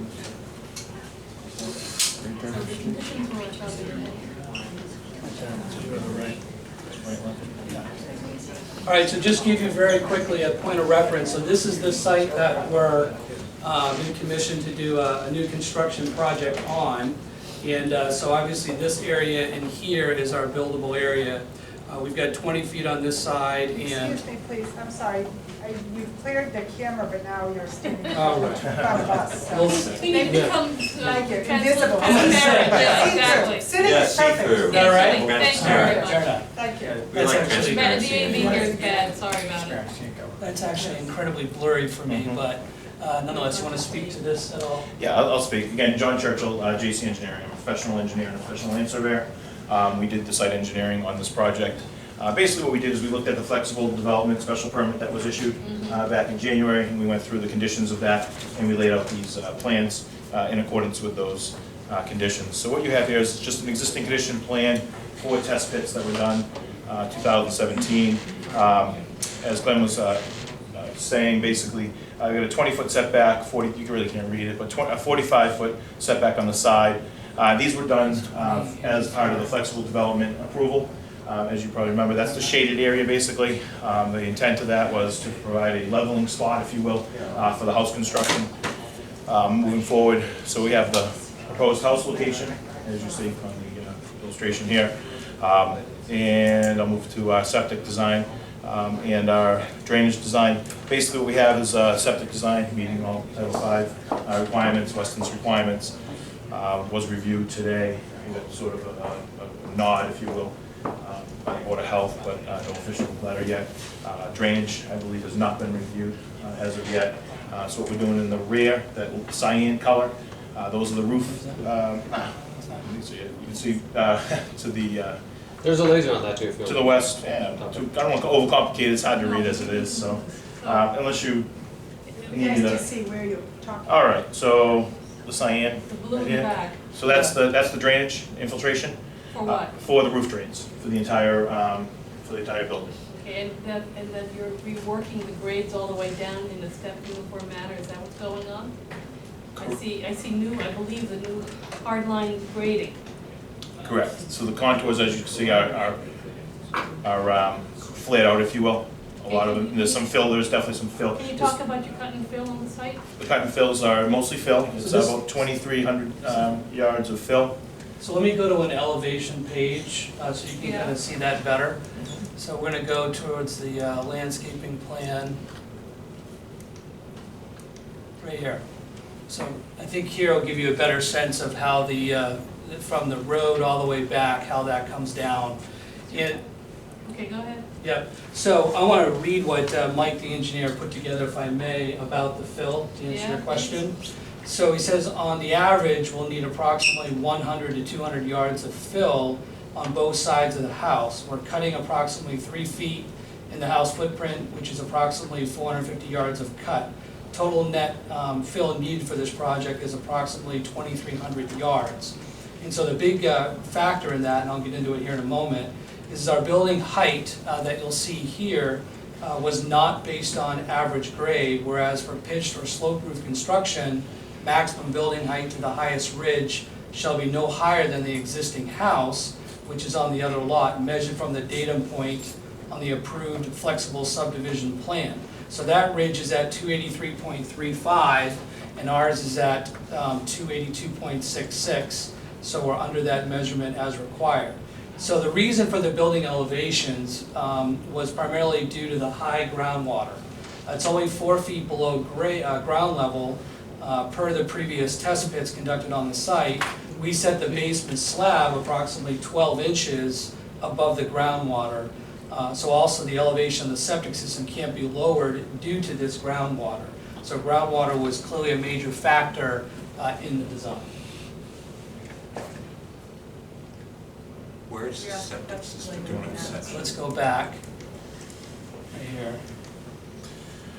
Okay, so as Glenn said, basically, out front here, below existing grade, the modeling, if you will, is found about 4 feet below. So we have to maintain a 4-foot separation from that.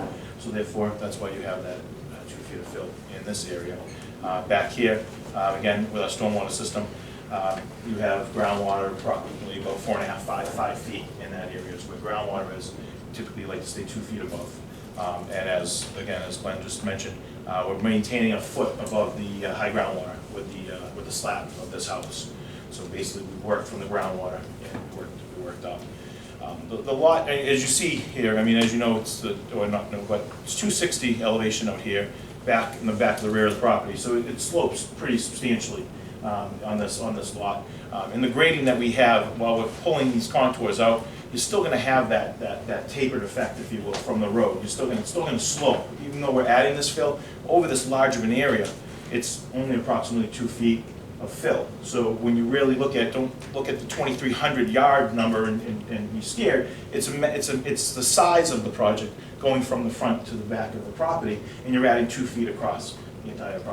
So when you look at it at the finished product and looking at that elevation that was just previously presented, I think that's a good indication that you're building it up. But we're not sloping the property the site towards the road. We're not impacting the neighbors. We're also providing a infiltration trench back here on the rear of the property, in front of the hay bale line. And that's the detail over here, and that's basically for during construction. So the water will stop at that point and infiltrate into the ground, and that's during construction. Is what we're proposing there. We also have a pad out here where you enter onto Love Lane, construction pad, so that we're not carrying materials onto Love Lane, and consistent with the special permit. There's one curb cut being proposed. And yeah, on that note, it's obviously important to all of us that that stone wall be preserved, which is exactly what we're doing, except for the area where we're cutting in for our driveway, located here.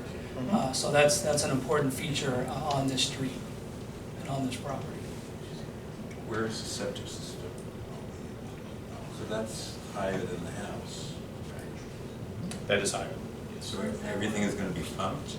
It is going to be a pump system.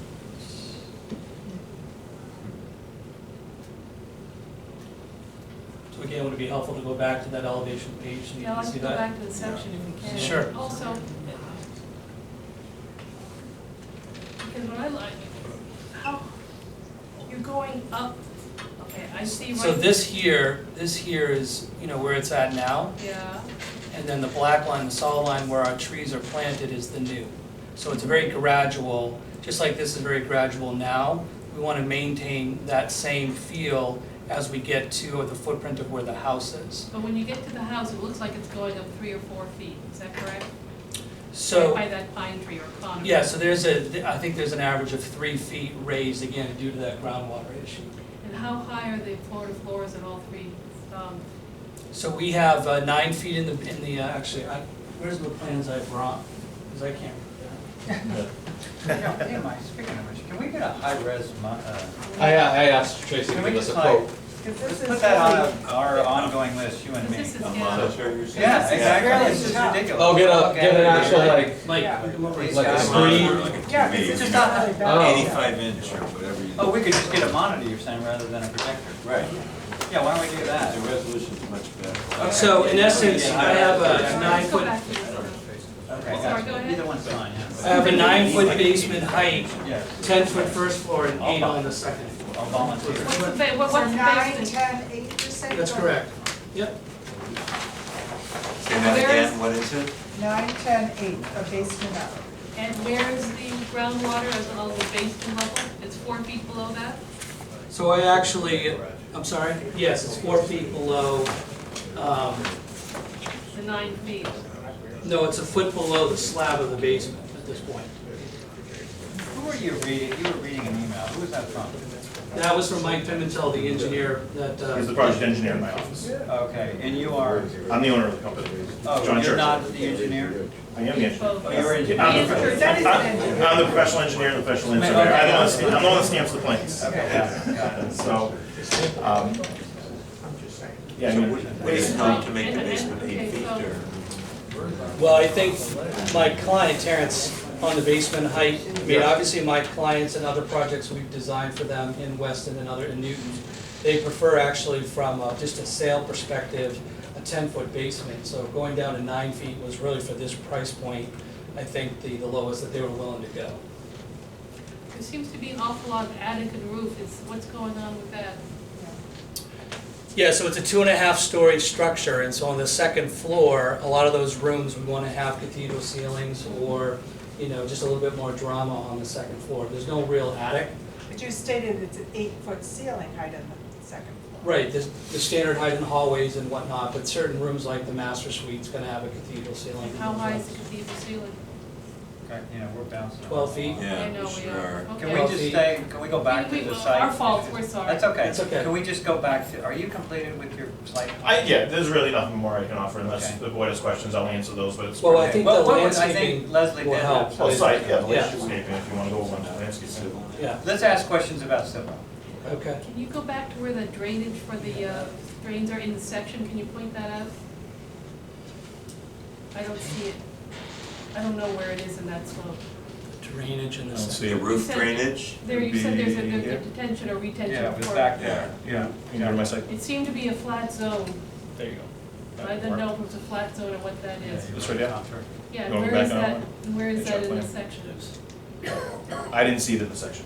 Okay, Can you just estimate it, is what she asked? Okay. Yeah, yeah, how yeah. wide is that? Because it should be in the section. It's halfway House. back to the property line, right, from the house? 29.6 off the porch.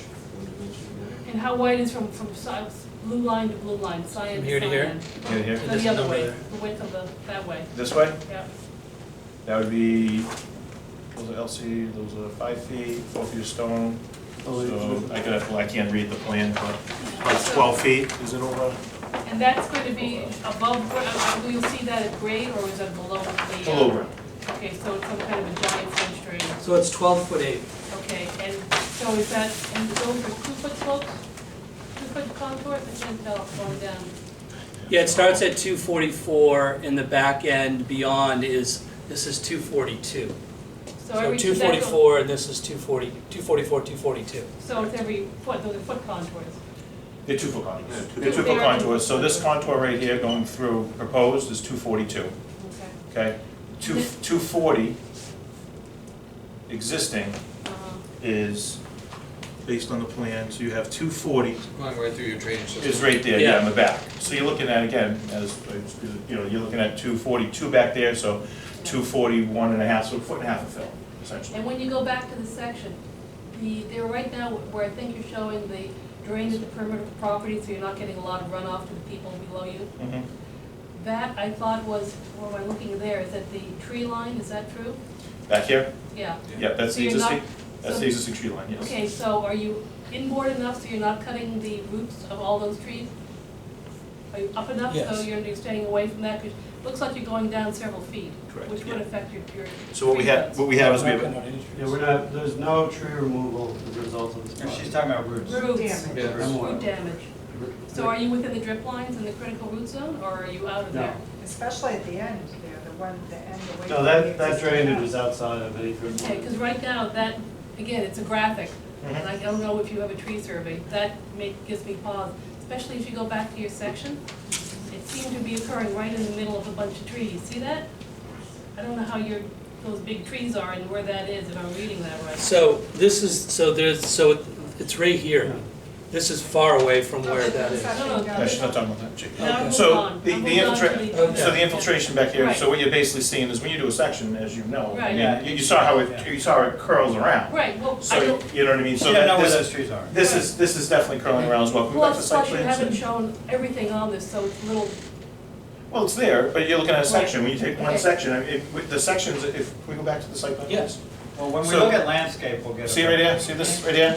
So I don't know where section B is, but I'm assuming if section B is here, yeah. you're gonna see the trees here in that section, but you'll see the infiltration where it was in section point It's all the is beginning of the located. landscape You plan. hear the concern. Yeah, But oh, you're exactly, You're not so- cutting the roots off, critical root zone off any trees. Correct, and what we have here right now is you have the limit of tree clearing, right here, actually. You have there's a hay bale line, and then there's the infiltration. So we're putting a hay bale line prior to the clearing, Yeah. hay bale line, then the infiltration, Is so we are. Is the infiltration a permanent system? It can be left in permanently, but basically it's mainly for construction. Oh, I thought you were digging a trench, you said.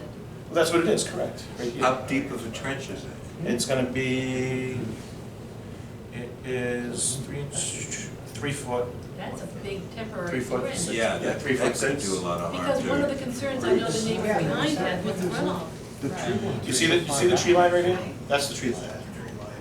See that right there? That's the existing tree line. That's the canopy? Yes, that's the, not the canopy, but that is the tree, that's the existing You tree know, I line. tell you what, why don't we, let's take a look at the trees separately and see Okay. where it fits here. We're doing a lot of speculation Right. about where the trees are. So maybe it'll be clearer. Okay, We'll look hopefully, at yeah, that would be landscape. good. So we'll keep that. Perfect, yes. I think it makes sense to kind of go to Have that. then transition into that right now. Yeah, So you we're can- done thank you. now with all the questions for We're done, tonight? yep. When do we ask about driveway? Here or? This way. It just, No, So this turns so to my question about is that. Can you tell me please about the driveway width? It's 14 feet. 14. Okay? Can Great. I ask a question about That the might have been septic? spelled out. Has the health board approved it? Mike Pimentel from my office talked to the agent today, and she didn't have any issues that she said indicated to him. And she knows it needs to be pumped up. She reviewed the plan, she looked at it. Does that require backup or it's not that big a deal? It would be back if you don't have an emergency generator. You don't need it working all the time, do you? No, what it is Fence is old.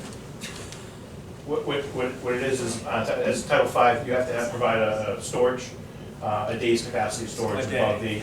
above the pump, based upon your design flow. So your design flow is always at least double what you really use, so it's about 2 days worth of flow. In a house this size, and I know they're providing a generator for this property too, so you have the backup power. Okay, gotcha. Landscape. Thank you. So I'll take you through the landscape plan. We sought to address a number of different Your name? issues with the landscaping. My name is Mike White. I'm the owner of Symbio Design. Great, I'm thank the you. landscape architect. So we started addressing a number of issues along Love Lane where we're proposing screening behind the existing stone wall, primarily evergreen and deciduous shrubs. around the 4 to 6 foot height. And we detail this in the section where we studied the view as you're traveling in a car as a motorist looking into the property, provide appropriate screening to preserve that edge. And as you come into the property, we're also proposing screening here just along the view corridor, or where the view corridor, we know we need to respect it and maintain it and not I see a obstruct dotted it. line, can you say which side that is? The view corridor?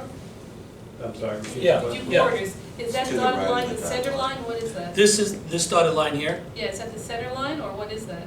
basically, we're trying to preserve the view to the existing home here by not planting anything in front of it. Right, but it's a single line, a corridor in figure, so is that the center line of the corridor? The cone, she wants a cone. I No, want my that. understanding is it is not, that we should not plant on the east side of that. She's line. asking Yeah, what so the it's all line to the right of represents. that dotted Do line. we know what that line represents? The center of the view corridor, Or or a the right side? or the left?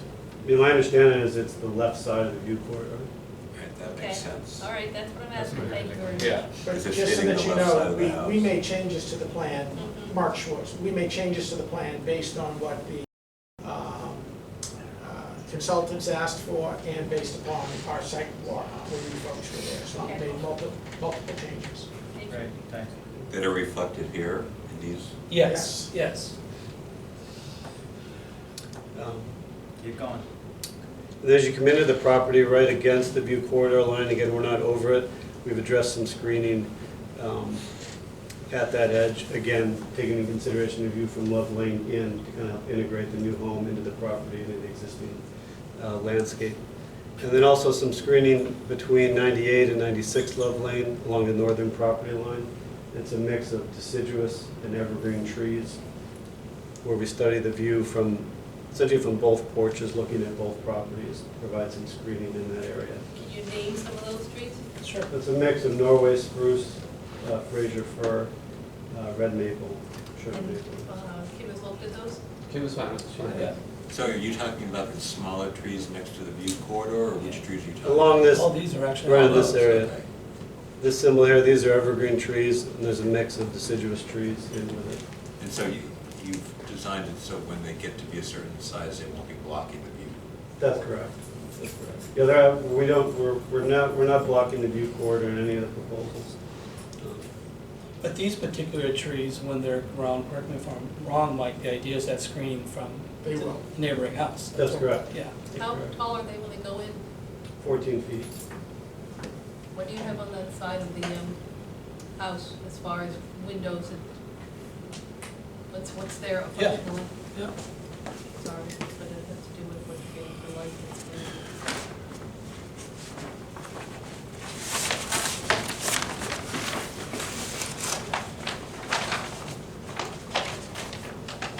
You can just say.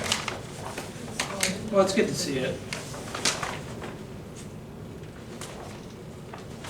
Yeah, so this is the view right here on this side. So the porch, there's a porch here. I see a big gray rectangle, what is the poche, what is that? Is that a overhang or a, I can't see, I'm sorry. Why don't you bring it here? Sure. You mind? I could actually go over there too, that would be highly intelligent as well.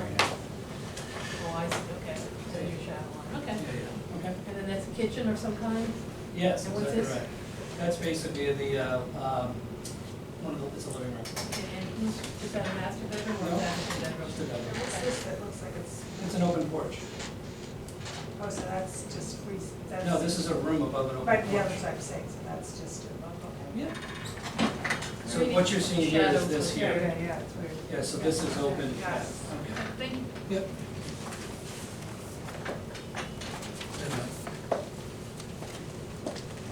The other piece to mention is we are showing some screening along the forested edge, mainly in function of providing screening from the trail looking up the slope.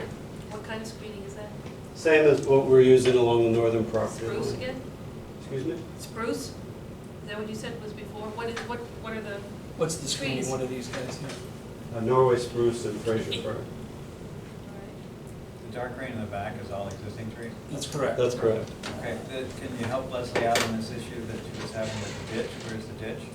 The ditch is right in. No, that's, sorry, I meant the retainage ditch that keeps the Can you water point from. that out, John? It's being shown right. I think it's in front shown of right you. here. Yes. Okay. Correct me if I'm wrong, Mike, Yeah. right? All Yeah, right, that's correct. thank you very That's much. correct. Yeah, this is Mike's plan, so, yeah, okay. Okay, so, you're a landscape architect, is that right? Yes. Do you have any concern about that ditch affecting the roots of the existing trees in the back? No, not at all. The neighbor to the rear, I know, was concerned about water runoff, so I think that ditch would be great if, unless there's a problem, maintain that. That would mean there would be no problem in the future. Obviously, after you finish the hay bale goes, but something to consider. I don't know if Dave wants to The weigh in on neighbor in the that. rear is hundreds of feet away. There'll be no runoff at all. I do recall the neighbor having concerns and having problems before. I could be wrong in that. Yes, It said something. she had specific concerns Yeah. about, she was saying that she could see light on the street. Mhm. That's what she was saying, that she could see when cars drove by, and you folks asked us to do some additional plantings, and we did add them. Okay. But as far as water runoff She is does not have an concerned, issue with that. no. Could we just note for Kim, just ask Kim the same question I just asked Kim? It's outside of the drip, side of the drip line? Yeah, the ditch. Okay. Right, that, So, Is that If going to be it- enough to keep? if I'm not, there is a limit of work that was approved with the flexible subdivision Yes, I've- that was that should be outside of of that tree line. And as I can tell, that's following that limit of work, so it should be well outside.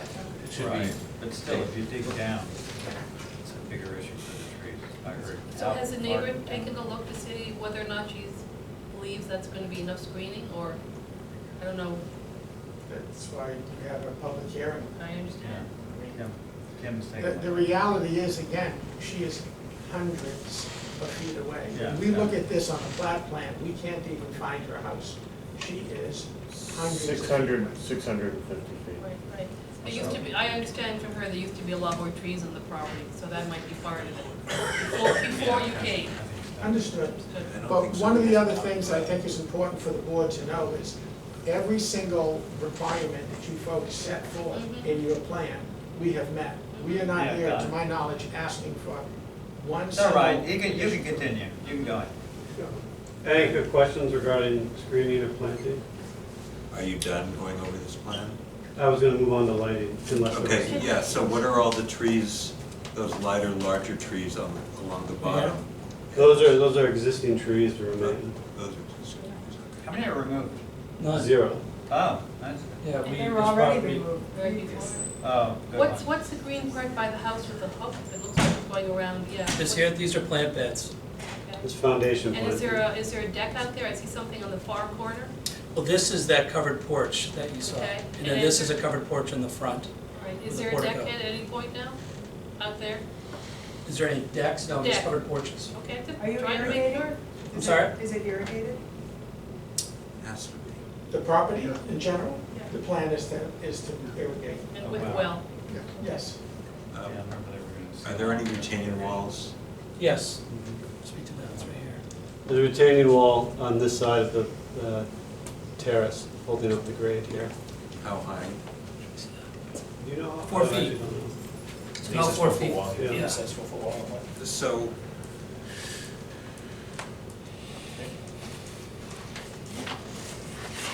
You don't have any, We'll take a slow one. yeah, so right here, so By the way. it kind of does a gradual slope. There's your retaining wall here. I see. So at the highest, it's 4 feet?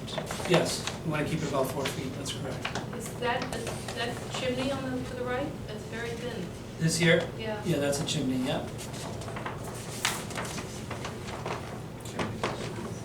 So one thing to note in regards to, noise factor, we have the AC condensers Mhm. and the generator, basically, on this side of the house over here. The AC condensers are 2 feet off the house and then 5 feet for the generator. We felt like that was probably the best location since the nearest neighbor from here is 600 feet away. So Okay. obviously the decibels matter, we'll keep it under the, 40 decibels and all that. And is the exterior color what we're looking at, gray and white? Yes, so we have a. Let's go to lighting. Okay. Let's That's go to good? lighting, then He's right, architecture. he's right. Then architecture. Okay. So go back to that page.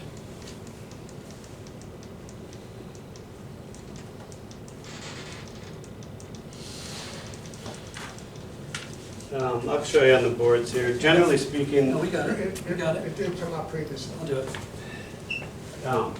when you add up the family of fixtures we're showing, we're at just over 14,000 lumens for the entire project. And we've addressed. Here. So this is the family of fixtures. We have pathway light fixtures along the walkway in the front.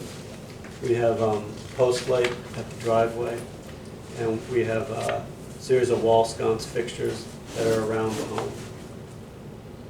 Can you show us where they are? Sure. Allow that. Just go to the. Okay.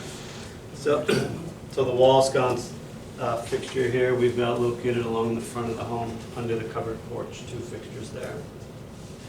And then as you come around to the side porch, and also the covered porch in the back, we have this fixture here, the Type C fixture. And then also at the garage, along the face of the garage, we have this wall sconce fixture as well. How many along the garage?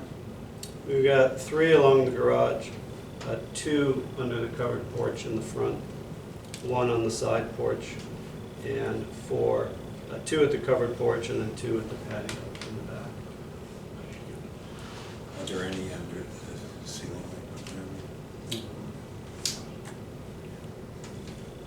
So there's a certain amount of lumens we're allowed, so we're obviously going to maintain, underneath that amount of lumens. So I think we're at, what, 12,000 lumens? We're just over 14,000. 14,000. Does that include the lights in the ceiling?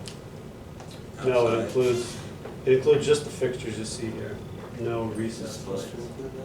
If you have exterior recess, you're supposed to include exterior recessed.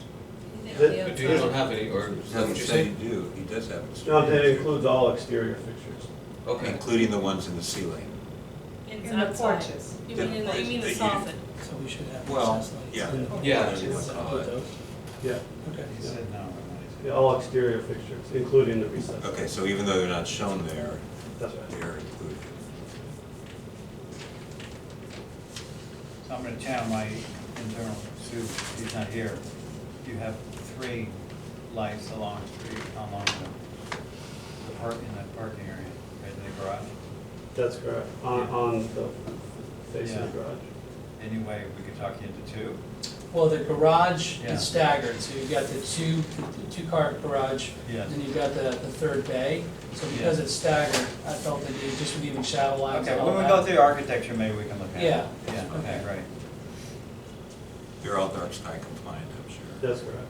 Yeah. All set for Yep. lighting? Okay, architecture? By the way, before we go to that, we normally have a context plan. Do you mind? Yeah, we do. What, did we miss out on that? Yeah, you guys gave one at the sidewalk, I thought. So, do you have the context plan? Find that for me. Shows all the It houses. shows the houses around The it. neighborhood and the size of the houses. Here it is. That's a part of the public meeting, so we were supposed to start with that. I'm just showing that. Thanks. Great. Thank you. The square footage right Get my against the wall? binoculars. So someone just walk through it and use the numbers of That's all. size. You can't read it. Yep, so our house is, including the garage, is approximately 6,400 square feet. It's a 6-bedroom, 6.5 bath home. And obviously, we looked at what we're allowed with our GFA requirements, and that's on this page here. And we meet that requirement as well. It's a 76,000 plus or minus lot. And so by right, we're allowed about 7,600 Okay, square but feet. now we want to look at the other homes now. Just walk us Yeah, through the sure. other homes. So the other homes in the area, this one's about 3,900 square feet. up Just over- point the house, where's the house we're looking at? Your house is where? So our See house, the arrow.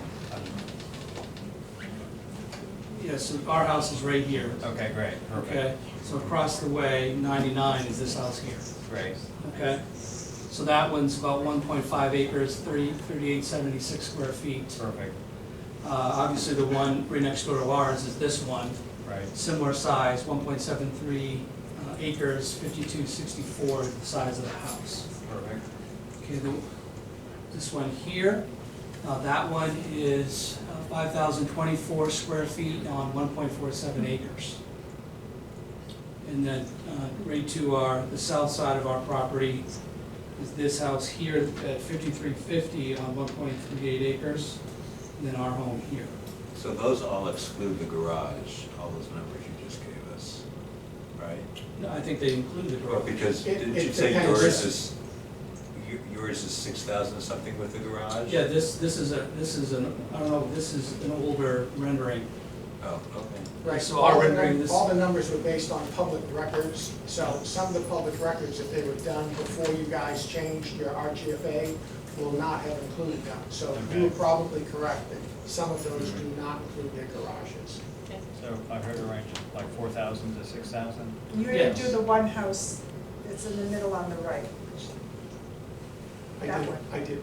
I'm sorry, what about this one? Yes, you didn't say the size. Oh, I'm sorry, that one's 6,395 square feet on 2.2 acres. Okay. Thank you. You can move on to your architecture. Okay. Thank you. So the RGFA calculations, I think it's good to be able to just look at that briefly.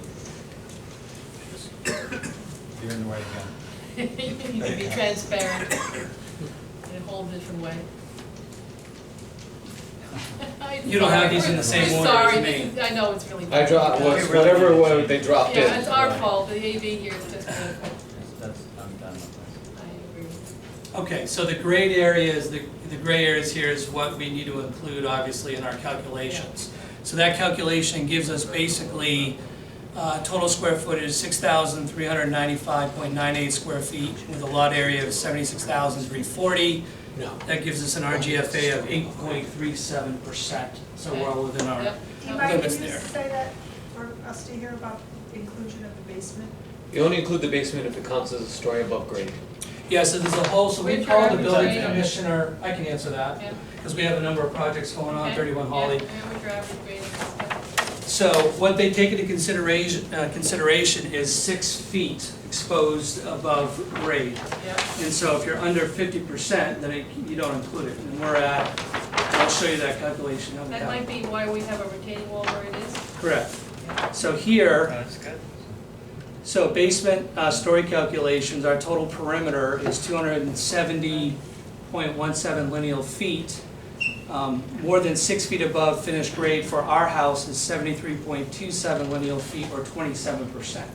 So that's why we're well within our rights to finish that part of the basement.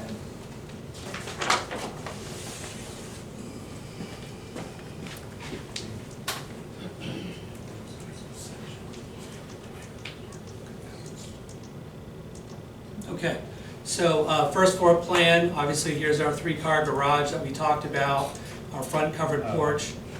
You do? You're good. Yeah. Yeah, sorry, you're. So you want me to go through the specific rooms? No. I don't think so. No. I don't think we have time for Sorry about the that. outside. Okay. Second floor roof plan. So front elevation here, so the material is a James Hardy cedar. It's a wood. It's instead of clapboard, we're using a cement material called fiber cement with a 7-inch exposure. It's got a wood grain look to it. If you need to see a sample, I brought What color? Arctic white. Yeah, do you have a sample? I do. That's a great idea. Is that so that's what's on the white over, that's the stuff on the right? Yes. That's what's closest to the existing house? Yes. What's the existing house? Can't remember, is it white as well? Blue. What color? You mean the owner's house? Yeah. Is it your house? I don't remember, what color is your house? So that's the sample. It's shingle, cedar shingle. So you can, It's, you can get this in smooth, or you can get it in wood grain look. briarwood. I want to go with the more That's wood Is it grain. blue gray? stand, it's gray. It's a taupe-ish. It's kind of It's a cement material. Okay, thank you. You're seeing this. it's a sort of a tan gray. Zero maintenance? Yeah. It's a great product. That's pretty cool. Is that What I like sheet, about it, it looks just like wood. is that sheet Can I see going to that? hold itself down over the year very soon? No. If water gets into it, it soaks up. Pardon? I have it on my house, and I put it on my house in 2005, and I just power wash periodically, and it looks, new. It's a great product. Is that a high gloss? It looks like a high gloss over here. So it's, I mean. I wouldn't say it's a high gloss. It's got a, Now, the installers for that have to be actually certified to be able to install that type of product. and then I have the sample of the roof shingle for you as well. Screwed on. Right, because I think that if they don't install it. Okay. So this is the example of the roof shingle that we want to use. So this is a Highland slate. It's a designer shingle. It's got a little bit more character to it, some shadow lines. A lot of folks are using the standard architectural shingle, but I like to do something a little more special for this house. So if I look there and I see beige like over the garage, is that the white too, or is something else happening on that side? No, that's a natural cedar shingle on the garage in that part of the house. And is there a reason you wouldn't do it all over the entire house? We wanted to, again, my client's request, wanted to have two main materials, not including the stone, which we also have. And so having that mixture of, something different happening from a functionality point of view with the garage and making that more of a natural material like a cedar shingle, mixing it with a more modern farmhouse look was something that we felt was a special combination. So go ahead. the area under the porch, Where I was going. is that, which is also taupe colored like the garage? That's stone, that's a stone veneer. But above it. Materials. But above. Yeah, that's the third stone material is the stone. I thought you meant stone for the foundation. No, so we wanted to, all along the perimeter of the house, instead of showing concrete, actually have a natural product like stone. We've got that stone wall out front, so that color, that gray family, we want to kind of match that for the stone on our facade. So you don't have a sample of that? I don't. It's going to look like, so I can show you the photo. It's going to be gray? Yeah, it's going to match, so I can show you. It's going to match that front. Is it natural stone or is it processed stone?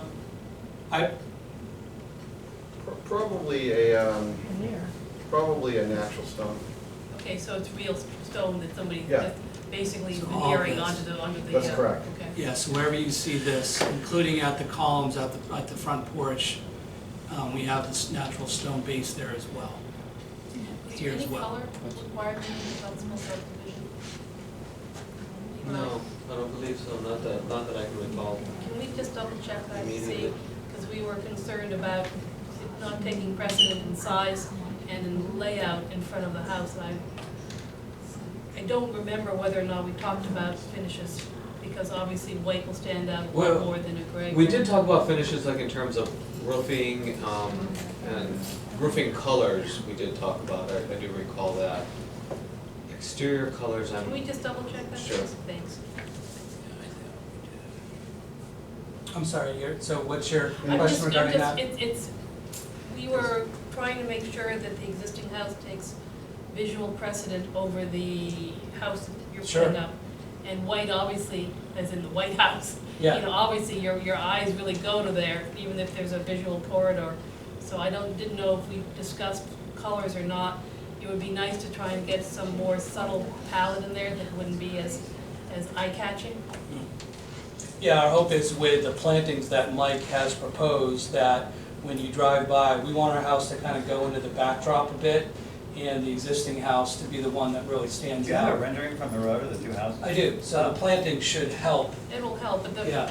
I've lived in white houses before, in prominent spots, and they're white, and people look at them. So the other reason is the garage is the cedar shingle, which is a more natural look, and so because that's not white, where the driveway is going to be a much more,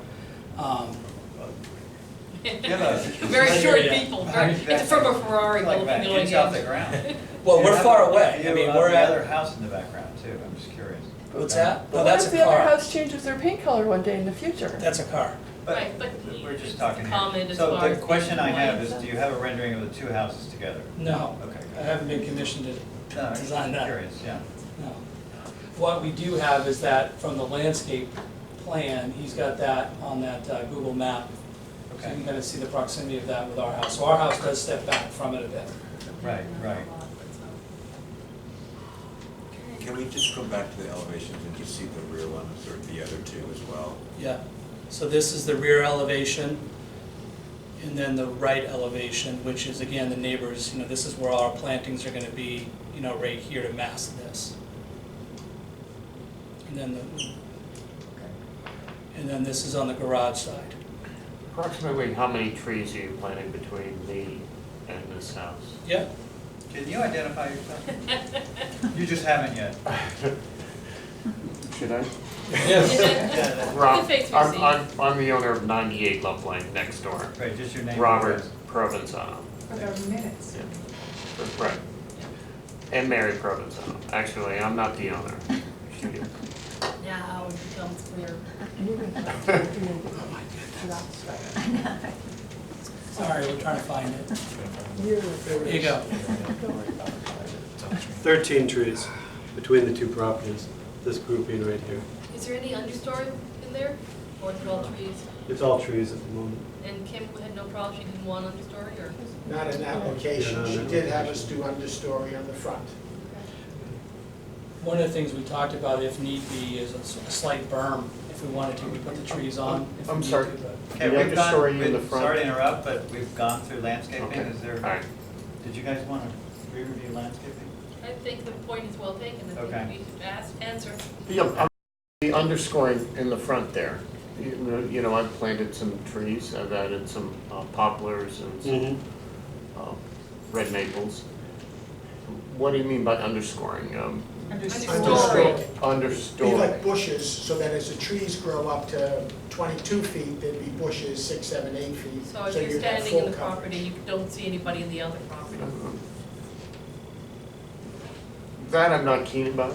Only because, not to throw a monkey wrench in here, but I think the trees along the two homes are wonderful, but the reason we planted the canopy trees was so that you could visually see through to the house. And I'd like to maintain that. I love the house, I love, but I would like to maintain that if we could. You could put underscoring between me and you and take it from there and put it down there, and I would be okay with that. But I have an affinity for looking at that house through and I really would like that maintained. I don't want to block that visual out. That sort of comes along. I know I haven't instituted this sightline, nor have we recorded it, and that's fine. But if I just could have some say and take that underscoring and put it between the two, I think it would be great. Between the two, you're talking about? Yeah, put it in between with the deciduous, and I think those are great combination trees. That's what she Okay, was so I guess. Oh, is that what you were suggesting? Yes. We were Yeah, saying, good. I'm all with you. Yeah, Okay, that's all what she right. was trying to get. Okay. Put in some Maximo Roadies, put in some Yeah. laburnum, put in But you're whatever. saying take it away from the street. Take it away and from move the it. street. Shouldn't have to do either, you should be able to add some more. He doesn't want it at the street. Oh. Yeah, He that's. wants to be able to see. So I will say that part of the Kim view corridor encouraged us to his do house. so. Yeah. I know that we can work together on that, but Yeah. I don't mind a couple. I just don't want to block that view. I worked hard to get that view. I'd like to maintain it. Yeah. I love that view. We're I with like you. it in a snowstorm. It's a great view, it is. Yeah, it's a great view. So I don't know, what did we do with that conversation there? Did you agree to something? Terrence? Yeah, I mean, we'll work it out and put in whatever on the. Okay, so that'll be adjusted to the plan? Yes. Yeah. Okay, great, perfect. We certainly, Kim should talk with Thank you. Kim as well. Yeah, thank you. So you got a revised plan that needs review. Yeah, that would be Because he's moving substantial. Right, understory. but hold on a sec, because before we know it, we're coming back to another meeting in September. So what we'd like to do is have that resolved here and now, as opposed to have this be something revisited. So we're not gonna talk about, we won't talk about it again. Right. Yeah, because we're on board It's certainly doing something it. we can look You're on board doing it, Yeah. that's great, Yeah. that'll be adjusted in your plans. Yes. And those will be the plans that we approve. Correct. Yes. Great, perfect. The, Yeah, that's right. the bottom floor, what opens up onto the lower level, is that an That'll be like a entertainment room? media room, a playroom, Okay. I just, as a heads up, most people want some kind of a patio. We do have them back Oh, you there. do have a patio, So I out didn't that's, see one. yeah, so on the third, that's what this is right here. Yeah, right here. Oh, okay. That's a So- very at the ground level All right. in the back. I don't see how much, so that's counted in the impervious surface, surface, right? Yeah. Okay. Yeah, it's right here. It's this area right here. Yeah, okay, it's very close to the same color as your grass, that's why it's hard to see. Yeah, it's a little easier to see on ours, I Yeah, I think. see it. Okay, I'm with you now. I think one of your I'm other with you slides now. showed I'm with you. showed it. Yeah. Okay, all right, good. You Thank gotta you. come down on the porch. Yeah. You were finishing up with architecture, and Steve had a question. Sure. You said the site, you wanted to see site sections again. No, I did, I just wanted to see those other two elevations. Which I brought up. You wanna Yeah, see them it was again? very brief. Yep, sure. I can't tell you which way I need to go. I'm guessing. You're getting warmer. The next ones. So the patio is gonna be at this lower level right here. Yeah, it'll be a pretty big patio, actually. That's a great back to the house. Yeah, we like It it. really is, very nice, yeah. Beautiful job With all there, the light. especially with the sunsets that we have in that backyard. Yeah, I wanna That capture that that view. accesses that, yeah. We may wanna live there. We'll sell it to you. Gonna have to buy the other one. I just have one comment, if I may ask a question about the desire of the board to maintain the privacy of the original house. And there was, so it was stated earlier that the total height, the elevation of the existing house is 283.5, and the new one is 282. Is that? That's correct. So that was within the guidelines, it was only gonna be a 1.5 foot difference in height? Just had to be lower. Just have to be lower. Just, the oh, it guidelines. wasn't quantified in any No. way? No. Okay. Good question. Have you identified location for the well, or that's, For the well, not yet. okay, that'll be included in the document? It's shown on us, like. Yeah, I thought we. Is it? It is. Well, we have two proposed, but I mean, we haven't dug the wells yet, we don't, I mean, we can sink the well. and- So where would we like to put it? Okay, good. Yeah, you just need to be 50 feet, minimum from the septic system. Good. Any other comments from the audience? Your information was 25 Yeah, feet. Diana. Diana Chaplin, I live on Love Lane, and I think it looks like a fantastic house, and I welcome all of you to the neighborhood. That's a good comment. Thank you. Appreciate that. Finishing Good, thoughts here? all good. All Thank good? you very much for all your. Good job. Excellent, thank you. You like it? Appreciate it. Great. Okay. I'm gonna buy you guys a new, Great, thank you. Thank you for It donating is to the town. sad, we are sorry about putting you through all that.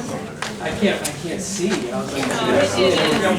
Yeah, one for the audience and one for us. We could Just remind them. Or you think. You just have two side by side. Oh, it shows something on it.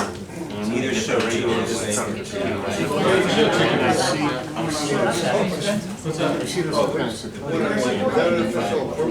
No, approval comes on September 4th when they review a So I decision. call her, she didn't answer the That's when the phone. approval 15 comes. minutes later, she calls me, she said, oh my God, a tornado just ripped through the property. She You said, gotta write a draft decision. Yeah, I'm gonna write a draft decision, you guys will get it about a week before the meeting, and then take a look at it then, and then look at it. So do we go back to that meeting as well? You don't have to come back for that meeting, if there's anything. So we're on to 162 Highland, guys. Yeah, thank you. 162 Highland? Thank you. About 30 minutes. Yes. Oh, you're just waiting. Thank you very much. Oh, okay, come on up. Thank you. So this one is basically just finishing up the attic of the existing house. We looked at it when they did the drainage improvements on Highland, they redid the well there. New owner has it and wants to finish out the attic. So that mean you get counted? So yeah, so this is increasing the RGFA. It already went through site plan approval, so, but since this increases the RGFA, I bring it before you guys, and there's, they are There's also. no back checking to do since it's been permitted already, or Question. reviewed already. Was there an existing full stair going up there originally? The finished it. See, this is where it's like it's. What's that? Further discussion. Okay. Hey, do you mind? Yeah, so it's a complete. But it already went through site plan approval, so it's not more of an issue when it's right below the threshold. And then they have Right. the attic. Right. This one. it's out of You have to look at it to know. So it should already be complying with all of our standards before anything And is we done. look through to make sure everything is, you know, that it's not everything, but a quick check to make sure things that they Well, scenic. we were just at it, when they did the drainage improvements. Okay, Um, so within last, Yeah, within the last year, that was like in November that they did that. And then, they also wanna do some, outside of this particular scope, they also wanna do some hardscape improvements and some other landscaping. We will see that as an actual, as an amendment as well. So this is just finishing an attic. This is just finishing the attic. This attic originally was not counted in the RGFA. Okay. If it was, we wouldn't probably even look at it. Are there any changes to the exterior? windows. Yeah, windows, yeah. Can you? I can show you right here. There's a window here now, Yeah. but it's a little small, and we need this to be an egress window. So this is the new window Oh, okay. that would be there. And then over here is there another side? Yep. To get a light source on the far side of the house, this little rounded dormer with two windows for ventilation and light would be the only exterior change. So there's no dormer there now, correct? No, it's just roof. That part right there. We just wanted to see if we could put a light source just to get some ventilation and light in there. Are there any other dormers, existing dormers in the house? Yeah, there's a lot of shapes that are similar that would, the architect picked out the curve. Yeah. Yeah.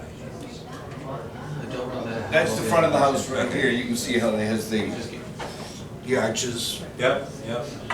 So What is the roof? Is it regular asphalt? it's wood. Okay. What is the RGFA of the house, just out of curiosity? It's right now, I think, 6,900, it would go up to 75. Was that what? And what percentage will they put it at? To the lot? Yeah, Doesn't matter once it's over 6,000. I know, I'm just trying to, if you have it, don't worry about it. I don't know that I have that calculation. I'd have to like, It's over 2 acres a lot. yeah, I'm Any trying to see comments from from- here. Anybody else? Diana. From Diana, right. That's her own line item on the There you go, agenda. there you go. Alrighty. Okay, I think are we good, guys? Yes. Yes. Okay. Okay. So we're positively inclined here. Okay. So we can do this one with a We're memo. right? leaning this way, is Yeah. that what it is? Okay. Great, all right. All right. Thank you So for is he being patient wait with till us. September?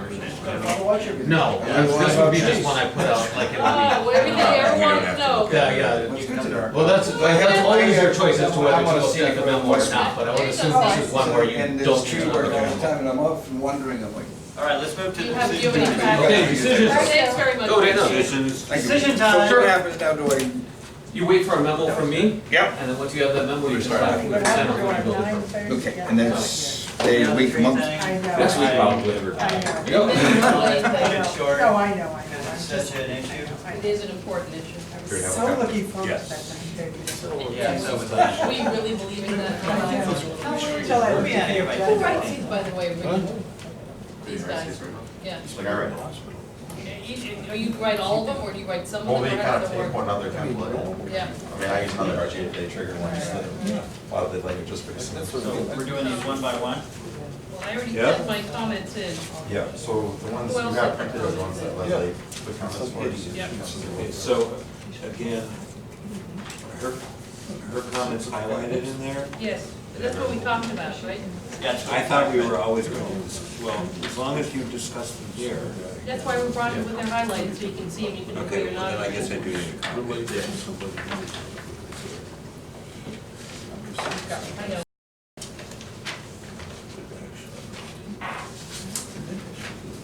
But we don't have to send them our comments. No. It's supposed to.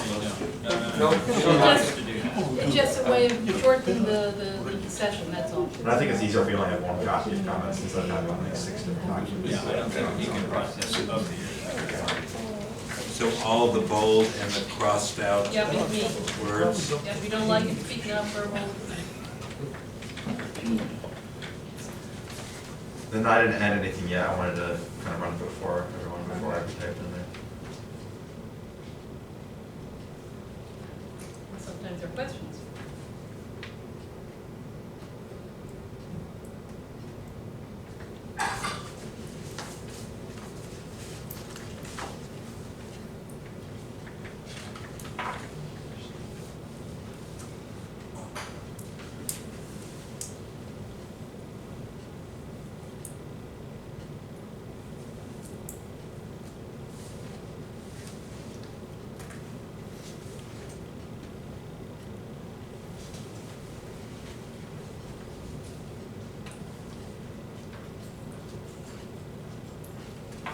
we allowed to ask a question? I'm just,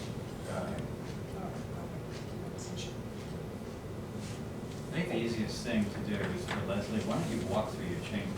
Okay, Right, that's all right. We're doing evergreen, right? Yeah. Okay, yeah, under exactly. A? Yeah. It's just not only, it says it was trees, and I added the word and shrubs, because there's Right. both of those. Okay. Let's go, yeah. All right, then it said with the exception, because separate from didn't work for me. Just with Yep, the got exception it. of, That's okay. And then I thought, doesn't the plan call for all of the Yeah, that trees was and my shrubs to be question. cut? Yeah. I think the evergreen trees you're referring to are in the neighbor, so I think that's incorrect, so. Do you wanna leave the last sentence here over, the existing? Yeah, the trees and existing 2 plantings? trees and plantings in the front yard will remain, that's fine. And do you wanna add something about maybe the vegetated buffer to the rear and the south will remain untouched? I Just- think, I think that's said later on in something else, Okay, hold so that we'll as just a leave that question last mark. sentence. Yep. Then under E, I just reworded it so it made more sense. Site disturbance limited to the construction of the addition and the reworking of the driveway backup area as well as the north strip, which will be re-landscaped, because impervious expansion doesn't mean anything Right, to right. me, et cetera. So curb and driveway cut will remain untouched. I just tried to make it more whatever. Majority of existing trees and plantings, I mean, everything in C hopefully is clear. And I'm not saying it's a substantial buffer, I just say it will be replaced better suited to the shade, because that's that. And that, then if you turn over to the next one, I'm not saying the demands are minimized, we don't really know that, we're just saying there already is an irrigation well. And I think existing utilities run underground, we should say there are no changes, not that we're doing anything new. It's also, we don't have soundproof fences and sound dampenings, and we should say where it's going to be located, if you Yeah. know. Yeah, I know, it's behind the pool house. Okay, and it's the addition, does not present any shadowing issues. It's to the, it is, you said the house does not, so I wanted to change that. The addition is not taller than the existing house, the rest of it just got complicated.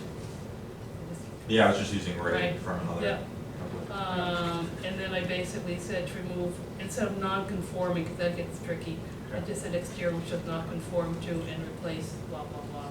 Sounds good. That's all. Okay. Those are all good.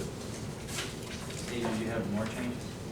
Just a couple.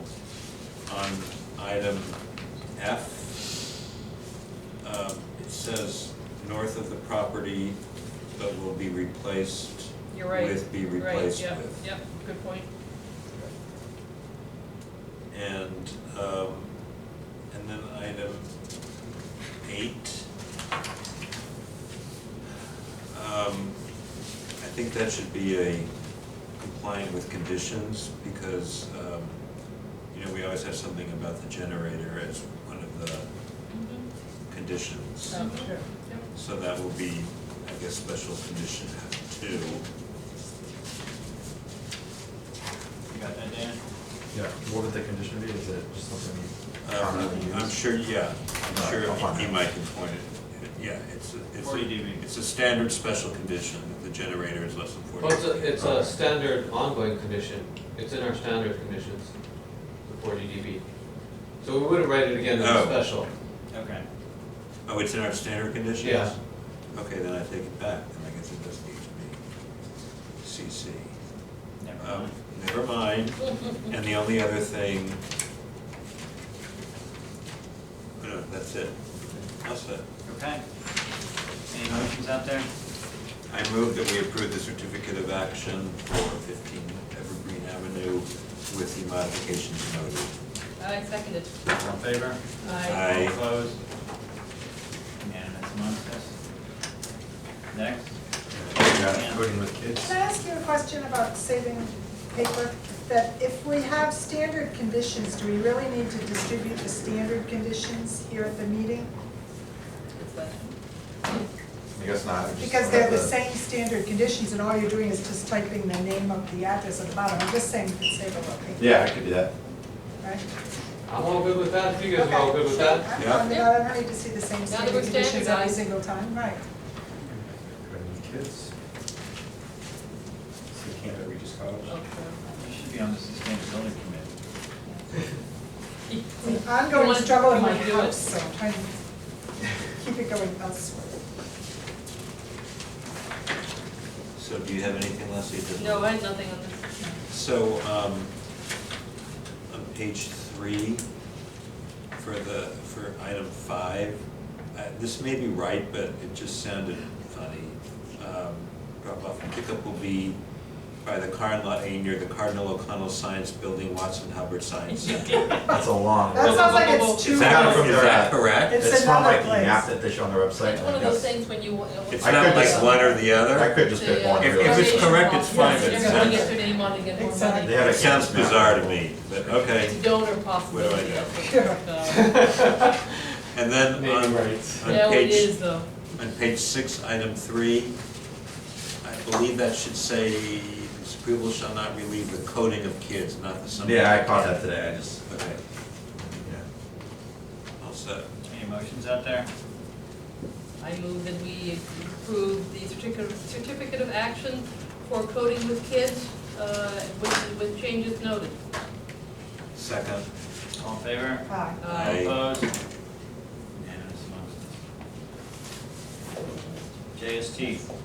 I can take everyone's. JST. JST. A little louder. Yeah. So the JST, just like with 15 Evergreen, the changes are noted in it, are highlighted. And I realized one I forgot, is the, Good night, everyone.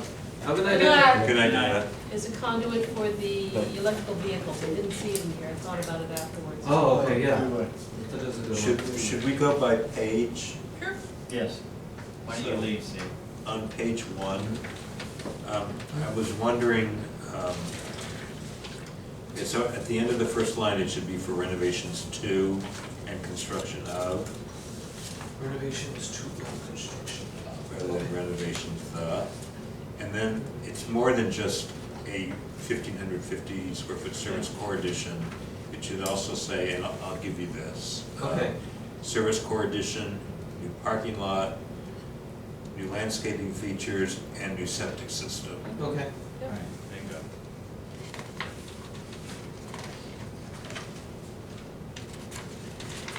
Page 5. Leslie, you want to go ahead? Sure. I just basically said located on the main street of the town center and across from the town green. I don't even remember doing that, but that might be somebody else's. Actually, no, that was Adrian, Okay. looked at that. Good, I'm not completely losing it. All right, and then I just said, I don't know what the majority meant, so I just said the site has 2 isolated wetlands which will not be disturbed. The rest would make no sense to me. And I think it should say the parking entrance has been designed to preserve blah, blah, blah. It's not cropping, not crop, things like that, small stuff. So then we go, 47 trees will be removed to accommodate the building addition instead of the expanded site program, let's be specific. The building addition, parking and flower garden, I don't know, leach field, is that? Well, because the Adrian leach again? field, the reason I added in leach field there was, That's the fine. leach field is under the flower garden, and typically when we do a site plan approval on a house, kind of the givens we have are the house footprint, the leach field, and the Right. infiltration I always system. call it a leaching field, I don't know. if Oh, that's leaching right. field is fine, the technical Okay. term I'll go with Okay. So, whichever. question, are you sure the 47 trees are being removed where the building addition is and have nothing to do with the parking expansion? That's why it says the building That's addition, why it comma, says parking. parking. All of them. It's Parking. all of them, Yeah. it's common in there, It's one sentence, It's all yeah, of them. it's all of them. it's tricky, the building 47 addition, trees will be moved to accommodate, the building addition, comma, Comma. parking, comma, and. oh, the okay, width, I yeah. see. Yeah. There's an extra the, Yeah, sometimes Before they- the these- expanded Oh, okay, program. yeah, with the edits, they yeah. don't always stay Yeah, clean. Okay. And then I just threw reopen to reopen the historic. A total of 123, this like looks like Adrian's. I guess. No, that actually was, I discussed this with Tony, that Okay. we usually talk about how many trees are being put Sure, back as which is well. good, so- that's fine. Okay, before you go to the next one, Mhm. I'm wondering, it's mentioned elsewhere, so it may not be necessary, but towards the beginning, where it says outcropping and farmer's wall that fronts Bus Road, Mhm. and it actually should be singular, not, I mean, it should be front because not fronts. Okay. Because it's outcropping and farmer's wall front. Front. Yes, Yes, I got it, I agree, good. I was wondering if after Boston Post Road, there should be a comma, and then it would say, which will screen the parking lot from Boston Post Road. I thought it was said somewhere else. We do say that somewhere else. Did you say, I just wanted. But keep that as a possibility. Yeah, I think you're right, I think you do say it somewhere else. Okay. I just hear it's it's historic New England. I don't know if it really is known as HNE, but I decided to abbreviate it. And they have a deed restriction on the building and the overall site and their review and approval. I mean, this is just more I would what's say that actually it's going on. they have a preservation restriction. Preservation And the preservation restriction is usually capitalized P and R. Okay, so preservation restriction. And then you don't have the correct subject verb agreement there because you have historic New England has, so it's singular, and then you say their review, so you would say it's its review. Go for it. Works for me. Its review, absolutely. And then I made HNE has review, blah, blah, blah. The proposed addition at the back of the existing tavern houses the code required egress stairs, accessible bathrooms, and elevators, so they're specific. The design strategy keeps the historic building mainly intact, I took the rest of it out. We should get the overall size of the building addition, whatever size that's in there, that's great. I just said the iconic view from the Boston Post Road of the tavern, sort of tried to get that a little more. Okay. And landscaping as Historic well. shouldn't be capitalized there though, the historic tavern, it would just be historic. Right, historic tavern, right. It's not Enhanced by landscaping seems to have sort of got an E there, it should be crossed out. Ging. So before you go on. Yeah. Oh, I took, did you want to keep the new scenic vistas? I thought that was odd. Yeah, I did. I did want to keep the new scenic vistas. I Granted, added, that's not preserving, but I did think they were talking about scenic views Yeah, in they the over were. area. And then view shouldn't be capitalized, the views under 20. so. Oh, that was supposed to be, oh, sorry, go ahead, Steve. Yeah. So I added new scenic vistas towards the wetlands will be added from the pergola at the rear of the flower garden. That works, yes. Okay. Yep, Yeah, that should be, yep, yep. that was absolutely. sentence must have got And lost. then, oh yeah, so views should be Yeah, capitalized. because it's a new sentence, that's Yeah, that's a difference, okay, so that. got lost in the yeah. edit. All right. Mhm. Yeah. Oh, that's okay. And on the one above on item C, you took out accessible open space will be added to the flower Because I wasn't sure accessible, I was thinking more MAB versus, I mean, the whole thing is accessible, so it got very dicey in there. Okay. Well, maybe it's not a question of it being accessible, I think this is about maximum open space. And so I think you need the sentence that was there, but it can just be open space. Okay. Will be added with the Sure, flower you can do garden. that, yeah. Okay, that's good. And the wetlands will be made partially accessible by opening the For historic people who want to go causeway. into the wetland. Yeah, It but sounds so desirable. you might just say the causeway will be reopened. I don't think Yes. you want to start saying people are going into the wetlands. Well, Strolling they into the can wetlands. when they're dry. Well, they're not going to be dry because you can't drain them. In the winter, you can cross-country ski in there.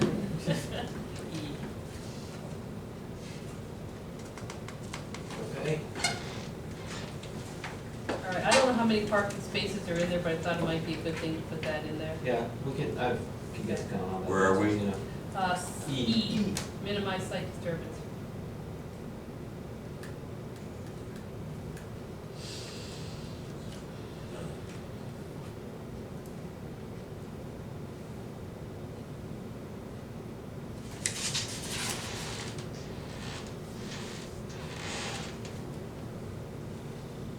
F, there should be a space between ledge and. Yep. There was nine, that's weird. Oh, I see. That's changed.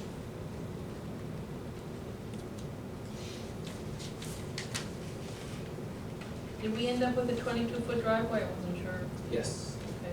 Somewhere in here goes the electrical vehicles. I don't know where that goes. Where that goes. I'll leave that to you.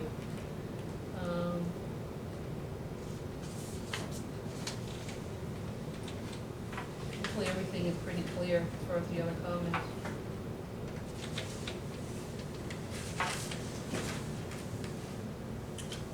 Oh, when you get to limit glare, Yeah.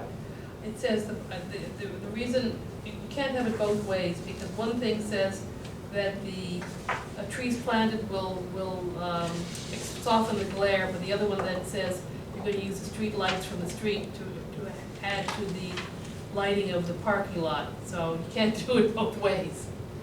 Either the trees are going to screen them and you're not gonna get any light spill from the street, or the trees won't screen them and you do get spill over Okay, from so, the street. okay. That's where I see where you're going with that. It should be clarified then, the parking lighting will be screened by the trees. Right, exactly. The additional light from the street will come in and. Are you and saying be they're light. different heights?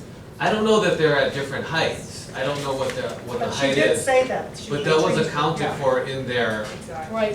foot candle Right, calculation. but if you've got trees as a screening device, one is the glare, and that means you're not getting any light spill from the parking. I don't think you're not getting any light spill. You get some through there. It's just softened.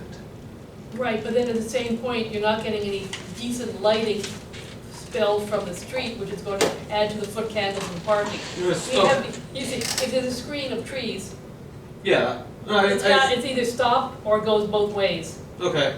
Well, I think it's more soften the glare then, because the trees are going to be there. Then it is more functionally gonna cut off the light from the street, from the actual street lights to the parking then. I would think is what's gonna happen. Okay, that's, all right, which I think is what was left, but I took out the bit about softening the glare of the parking lights.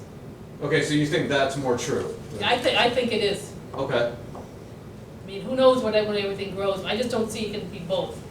I can see your point about it not being Yeah, both, Yeah. so. But it's just now a question of which is it. Ask Adrian. And then the zoning requirements, I just wanna make sure that the kitchen is fit out. The kitchen is what? A fit out, basically, the interiors, all of that Yes. is the next stuff. Yeah.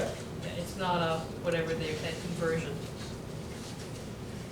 Is that what they call it, an eating place, not a restaurant? They call it an eating place, so I Eating stuck place, with yeah, it. it's the, I stuck it's with the it, actual figured code it was language. reality for that. Hey. It's one of those other things that they use here, like common victualers, library, all those terms that. So, I have a couple of things. Okay. First of all, we have to find where, your screening, post parking will be screened. Yeah. Okay, so we don't need to add that.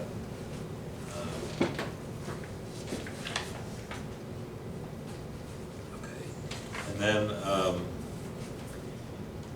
for item 3, stormwater management, I thought we should also say, satisfied with proposed design, a rain garden is being proposed. Okay. Which will blah, blah, good blah, blah, point, whatever right. we should Mitigate say. runoff. Okay. But that's an important feature. Yeah. I think. And then item 5, vehicular pedestrian activity. I didn't know if we should also say accessible pedestrian circulation provided through the parking lot to the tavern. I wouldn't have crossed out through the site because it is through the site. Or as well as via the town sidewalk along BPR. So from the parking lot, you can either walk through the site to the entry, or you can walk along the town sidewalk. Maybe You some can- additional steps by Well, going. how about we say throughout the site, maybe Yeah. that's what the Throughout better, the site. throughout, maybe that says it better. And I don't know if this is the time to do it or not, but under where it says vehicular pedestrian safety, somewhere in here we should probably say accessibility. Right? Well, It's something we might want to. is that in the, I took that out because I don't know that that's in Something the we wanna criteria. say. These are the ones taken from the criteria in the bylaw. Okay. So I don't think it should say throughout the site. You're walking through the site, through the parking lot, and then beyond, after the parking lot, through the site, Well, then we or should through the say- grounds, or whatever you wanna Okay. call it. Then you need to, then I think you need to say through the site to the wake or where you're headed. Well, I would just say, and through the site to the front entrance, or something like that. But then I would also say, as well as via the town sidewalk along Boston Post Road. Whatever. I'll write these two.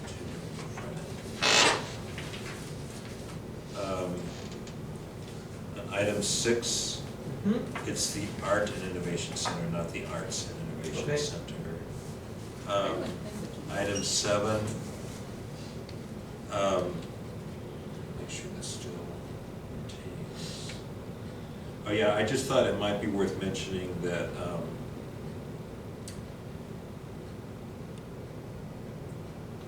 the Eversource electrical switch for the town center improvement project, it's not related to this project.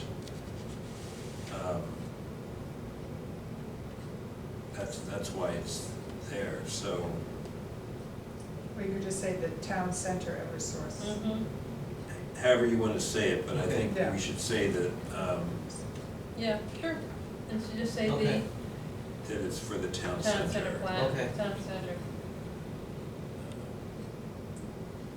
It must feed the, That- doesn't it feed the tavern though?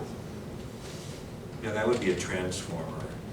I'm sure the tavern has a transformer. Yeah, it does. They do, But yeah, the that's, switch is related to the town Really? center. Okay. Yeah. Exactly. And do I have anything else? No, I'm all set. Do you have any other changes? No, just add the Anyone electrical else? vehicle charging stations. yeah. Where does that get added? I think actually, That could go special conditions well, it's. or underground utilities. Yeah, I was thinking underground utilities. Oh, for future? Right. Yeah. Yeah. Well, I mean, future, I think honestly, by the time this gets going, you want 2 or 3 Wait, working. isn't that gonna be built in the design? I mean, will the design They didn't have documents it. contain it? Don't you wanna change the design documents to include it? You would. Yeah, so. Just make sure of that. So, yeah, so, well, in that case, I think that we do add one special condition. I for agree, utilities. because otherwise it'll be missed. Yeah. And So- what they should do is, by the favor, they should provide conduit so it feeds both sides of the parking lot. Because hopefully, you know, you can, honestly, in 10, 20 years, I think we're all gonna go electric. I would hope so. So, yeah, whether we all, at that point, are still plugging in, or whether we all have, you know, rooftop solars in our cars, I have no idea. Okay, we set? It's that, yes. All right. Okay. There's a file. I move that we approve the certificate of action for Mhm. Josiah Smith Tavern, 358 Boston Post Road, with changes now. Seconded. All in favor? Aye. Aye. All opposed? Unanimous for us here. Okay. Culvert. Next one, yeah. Marion Street culvert. Comments on that, you might. I was skipping a tree. I think we did that, sort of, maybe. Oh, sorry, that's Oh. right, the 2 trees. 2 trees. 2 trees. Can you put it in, can you put 1 decision, 2 trees in 1 decision? If we had this, you know, together, if we had, like, last meeting said, we're gonna do it all at once, then yes, we can put 2 trees in 1 decision. But otherwise, they were written separately. Sorry. So let's, Add 1 to include the other. Hey, just staple them, huh? well, yeah, I mean, we can, so I'm gonna give you guys the Lindman first. Okay. What we just discussed tonight. Yeah, thank This is Take what on- you take sent on- us yesterday. Take on the harder Right, one. exactly. Yeah, so this one we haven't had a chance to see. This was kind of a just in case. It wasn't.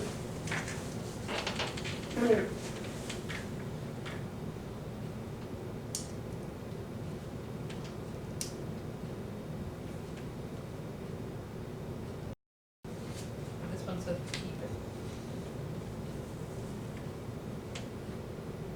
Right? No. Board members commented the regularity of treescape could be sacrificed in this one area to preserve a single tree. Yeah. Even if the health of the tree meant it had a limited life, it should be able to live out its natural life. And where do we say we? Go to the next page. Other side. He's telling you that. Oh, there's Yeah, another there's a page, narrative, vehicle, yeah. huh?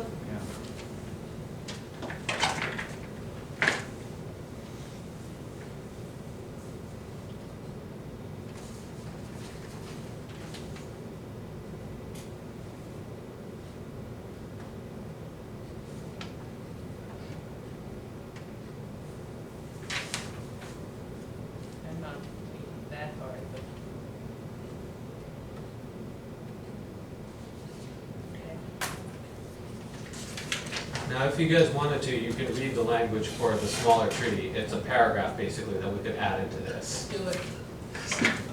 Everybody agrees. You're missing an apostrophe under. Oh, I thought you were. Sorry, that was what I was thinking. You're right, but let's distract them. On the linden We're getting a tree. little. It's Despite the unlikelihood for trees. recovery, am I, on the last paragraph there? Yep. Oh, okay, unlikelihood, gotcha. Sorry, where am I missing the? Oh, under tree, on the, so the applicant cited the following in their case for removal, despite the trees. Oh, And then, also you have a sentence that starts with "and" in the final paragraph. And that removal of the tree. I think if you just say removal of the tree, Oh, coupled yeah. with new landscaping. yeah, that's.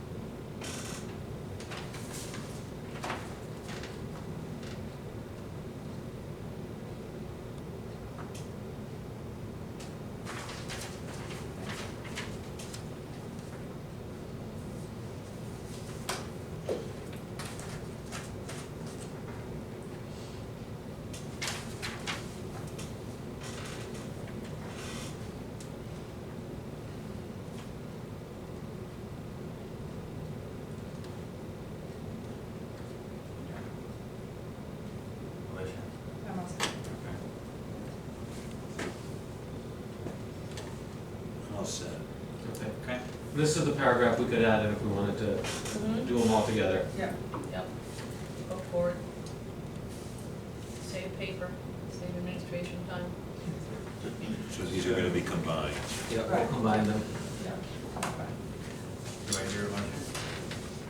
I move that we approve the scenic road permit for whatever the heck it is, where is it? Go through tree removals, and then we combine the two as one.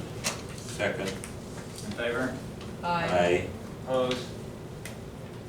Unanimous first here. All right. Culvert. Now the culvert. Down here.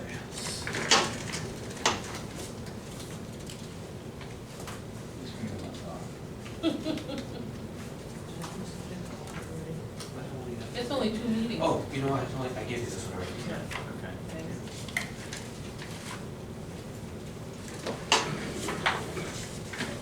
Does Leslie have changes?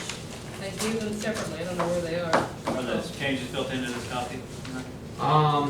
No, the comment I got on that one was,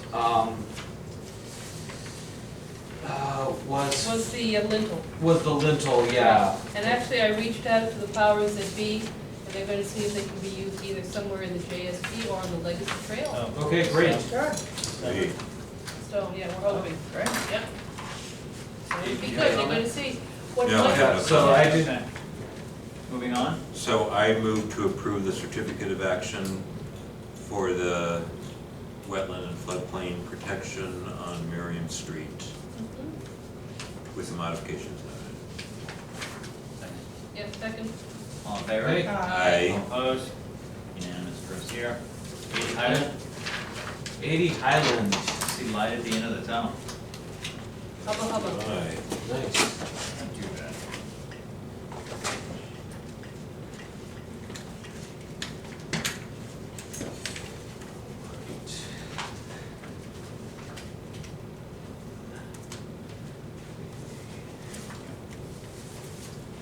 Sure. Any changes? Oh, yeah.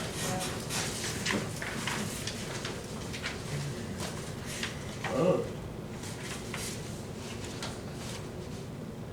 These are Leslie's now? Yep. Yep.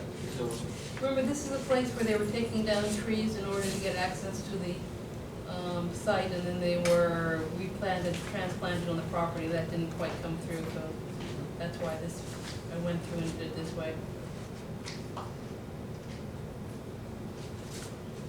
I can walk you through it, or you can read it, whatever you guys want. I think so, it's pretty basic.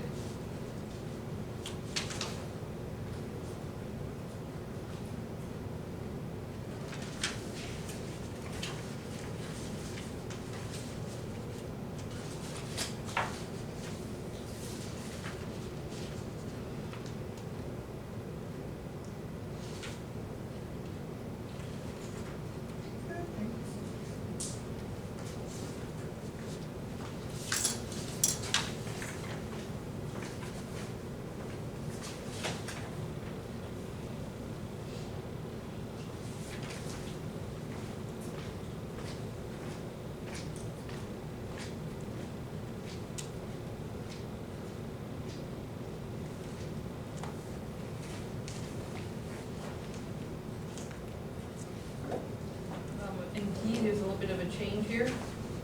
D. D says the view from the trail itself will remain largely as it is today. It should say with the exception. Okay. Largely as it is today, with the exception of the pool deck? Is That the pool deck, Will be. right, Yeah. And a period.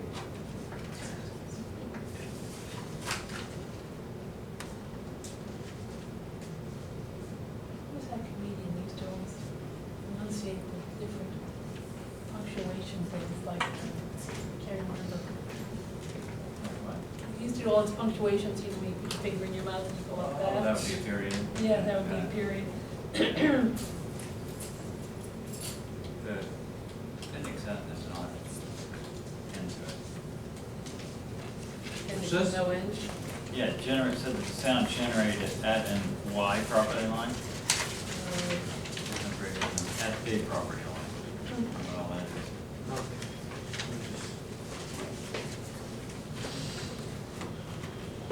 Oh, it has a space in there, at any property line. Any.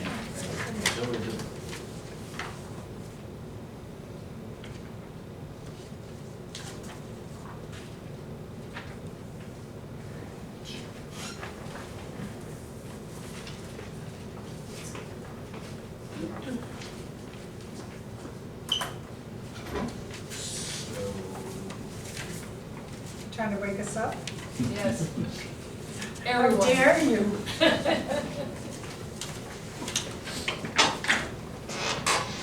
So you were saying that the generator and 40 dB and all that is a standard condition, so why is it a special condition Right. here? Because in this case, they have an existing generator that they need to relocate. Uh-huh. You was ready for that. Yay. Yeah, that was good.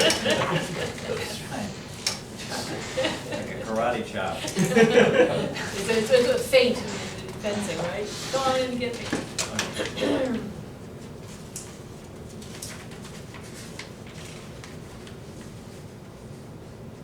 So, just any, Yep. one word. Yes. Did you get that? Yes. Okay, are we ready? Yes. I move that we approve the certificate of action for 80 Highland Street with the modifications noted. This is an amendment. A second? All in favor? Aye. Aye. Opposed? Okay. Bravo. Imai, other business. All right, now is just the Just town. scheduling today, right? The town planner report, What yep. about minutes? We don't have any minutes yet. Okay. Where are we?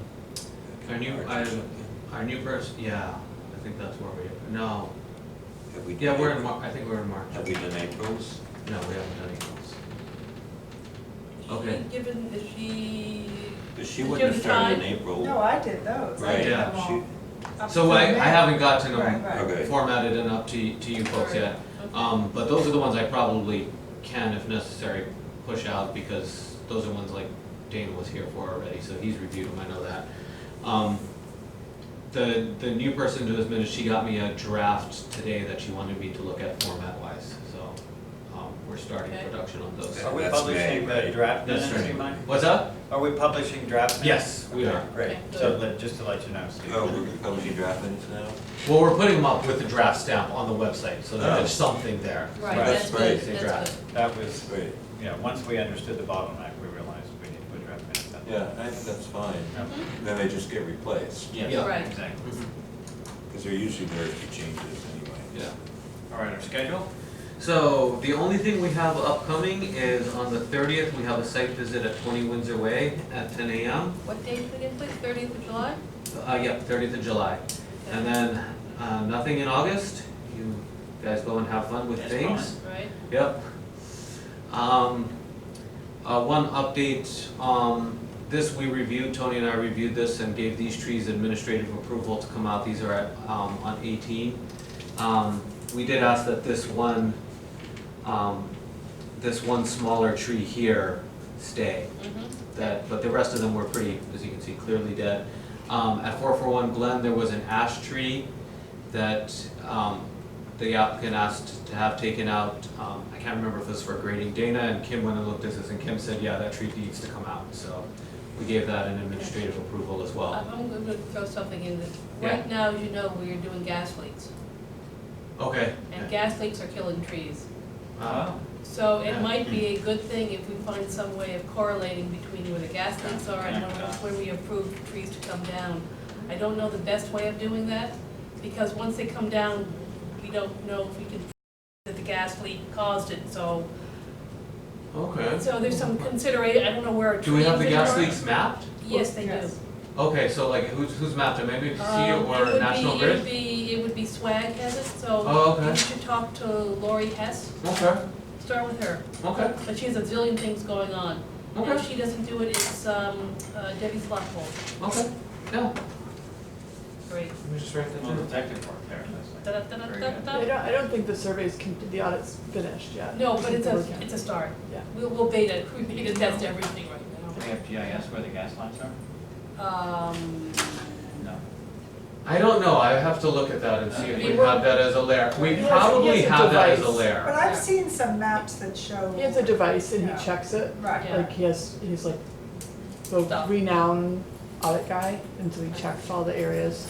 There's a really bad one on Boston Post Road down there in the woods. Leaks. And then they What about talk, these gas lines? but they also talk about the linear feet that the leak is for, so you can see how bad it is. And you can have a zone where the trees are, and then you How can many start. leaks do we have? A lot, 100,000 something, what is it? a lot. It's They twice, don't even it's know they're almost doing twice it. as much as they said. Yeah. Do you know like the extent of the lake, or Yes. a grade on it, like a There, hazardous we'll or- talk about it offline. No, They're but, not- okay, just Yeah. have one answer. Yes, they have the extent, we paid $33,000, I think it was, to have somebody go up and down with a gas sniffer, That's figure out good. where it was and set it down, and it's on, Wow. it's on somebody's plan right now. And that's what they went and testified before the State House about, and now there's further discussions with, the gas company, et cetera.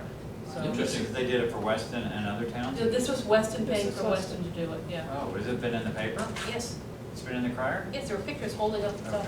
Okay. Right. Look under swag. Got it. And there's a Thank you. discussion to try and raise awareness of doing more heat pump for heat rather than natural gas, because Facebook for page? The for new future construction. act, yeah, no, that's a whole nother. Yeah, it's just, it's a discussion. hard mindset Okay. to change, because buyers really like natural gas, but. All right, And back to also you, you Iman. have to have the equipment in the house taken. Back to you, Iman.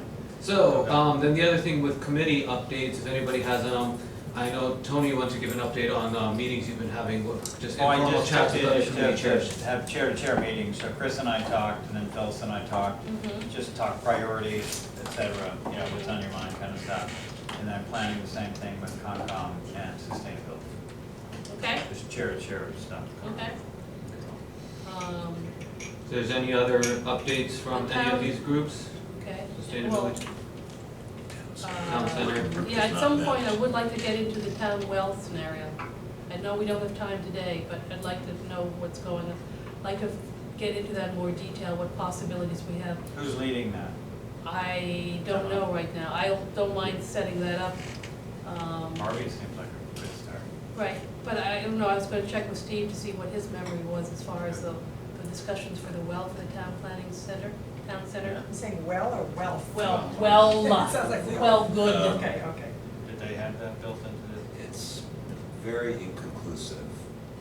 I don't think it's built in. I think that everyone wants it, but I don't think it's in the budget. I don't think it's built in. I guess my question was, any research done as far as how much it would cost, how much irrigation would be required, you know, what's being irrigated? Because right now it's a performance package, you know, Yeah. rather than an actual area. So, I mean, anybody could do it with the GPS, do a takeoff. But again, I don't know how many zones they're gonna have, so instead of whoever it is redoing the work, if there's any research that was done that can be added to, so we can get a number on what it would cost, and then see, you know, the town can basically support the I think we wells they support you in that require. effort. Do you want to take a step? I'll take a step and see Okay, what's great. happening. Report I back. mean, I can ask Steve LaRock if any research has been done. That would be And what the appreciated.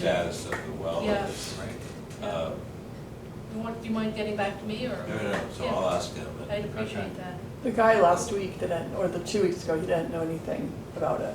I Right. asked him. I just want to make sure that there isn't a study that was somewhere, and we go through all this and then it shows up, that's Yeah. all. Because the tavern is counting on it. Yeah. Well, They right, committed, right, and They it goes back Right. to requests that we've made of the town center design, and anyways, we'll talk about it Yeah. more when it's not 10:30. Yeah.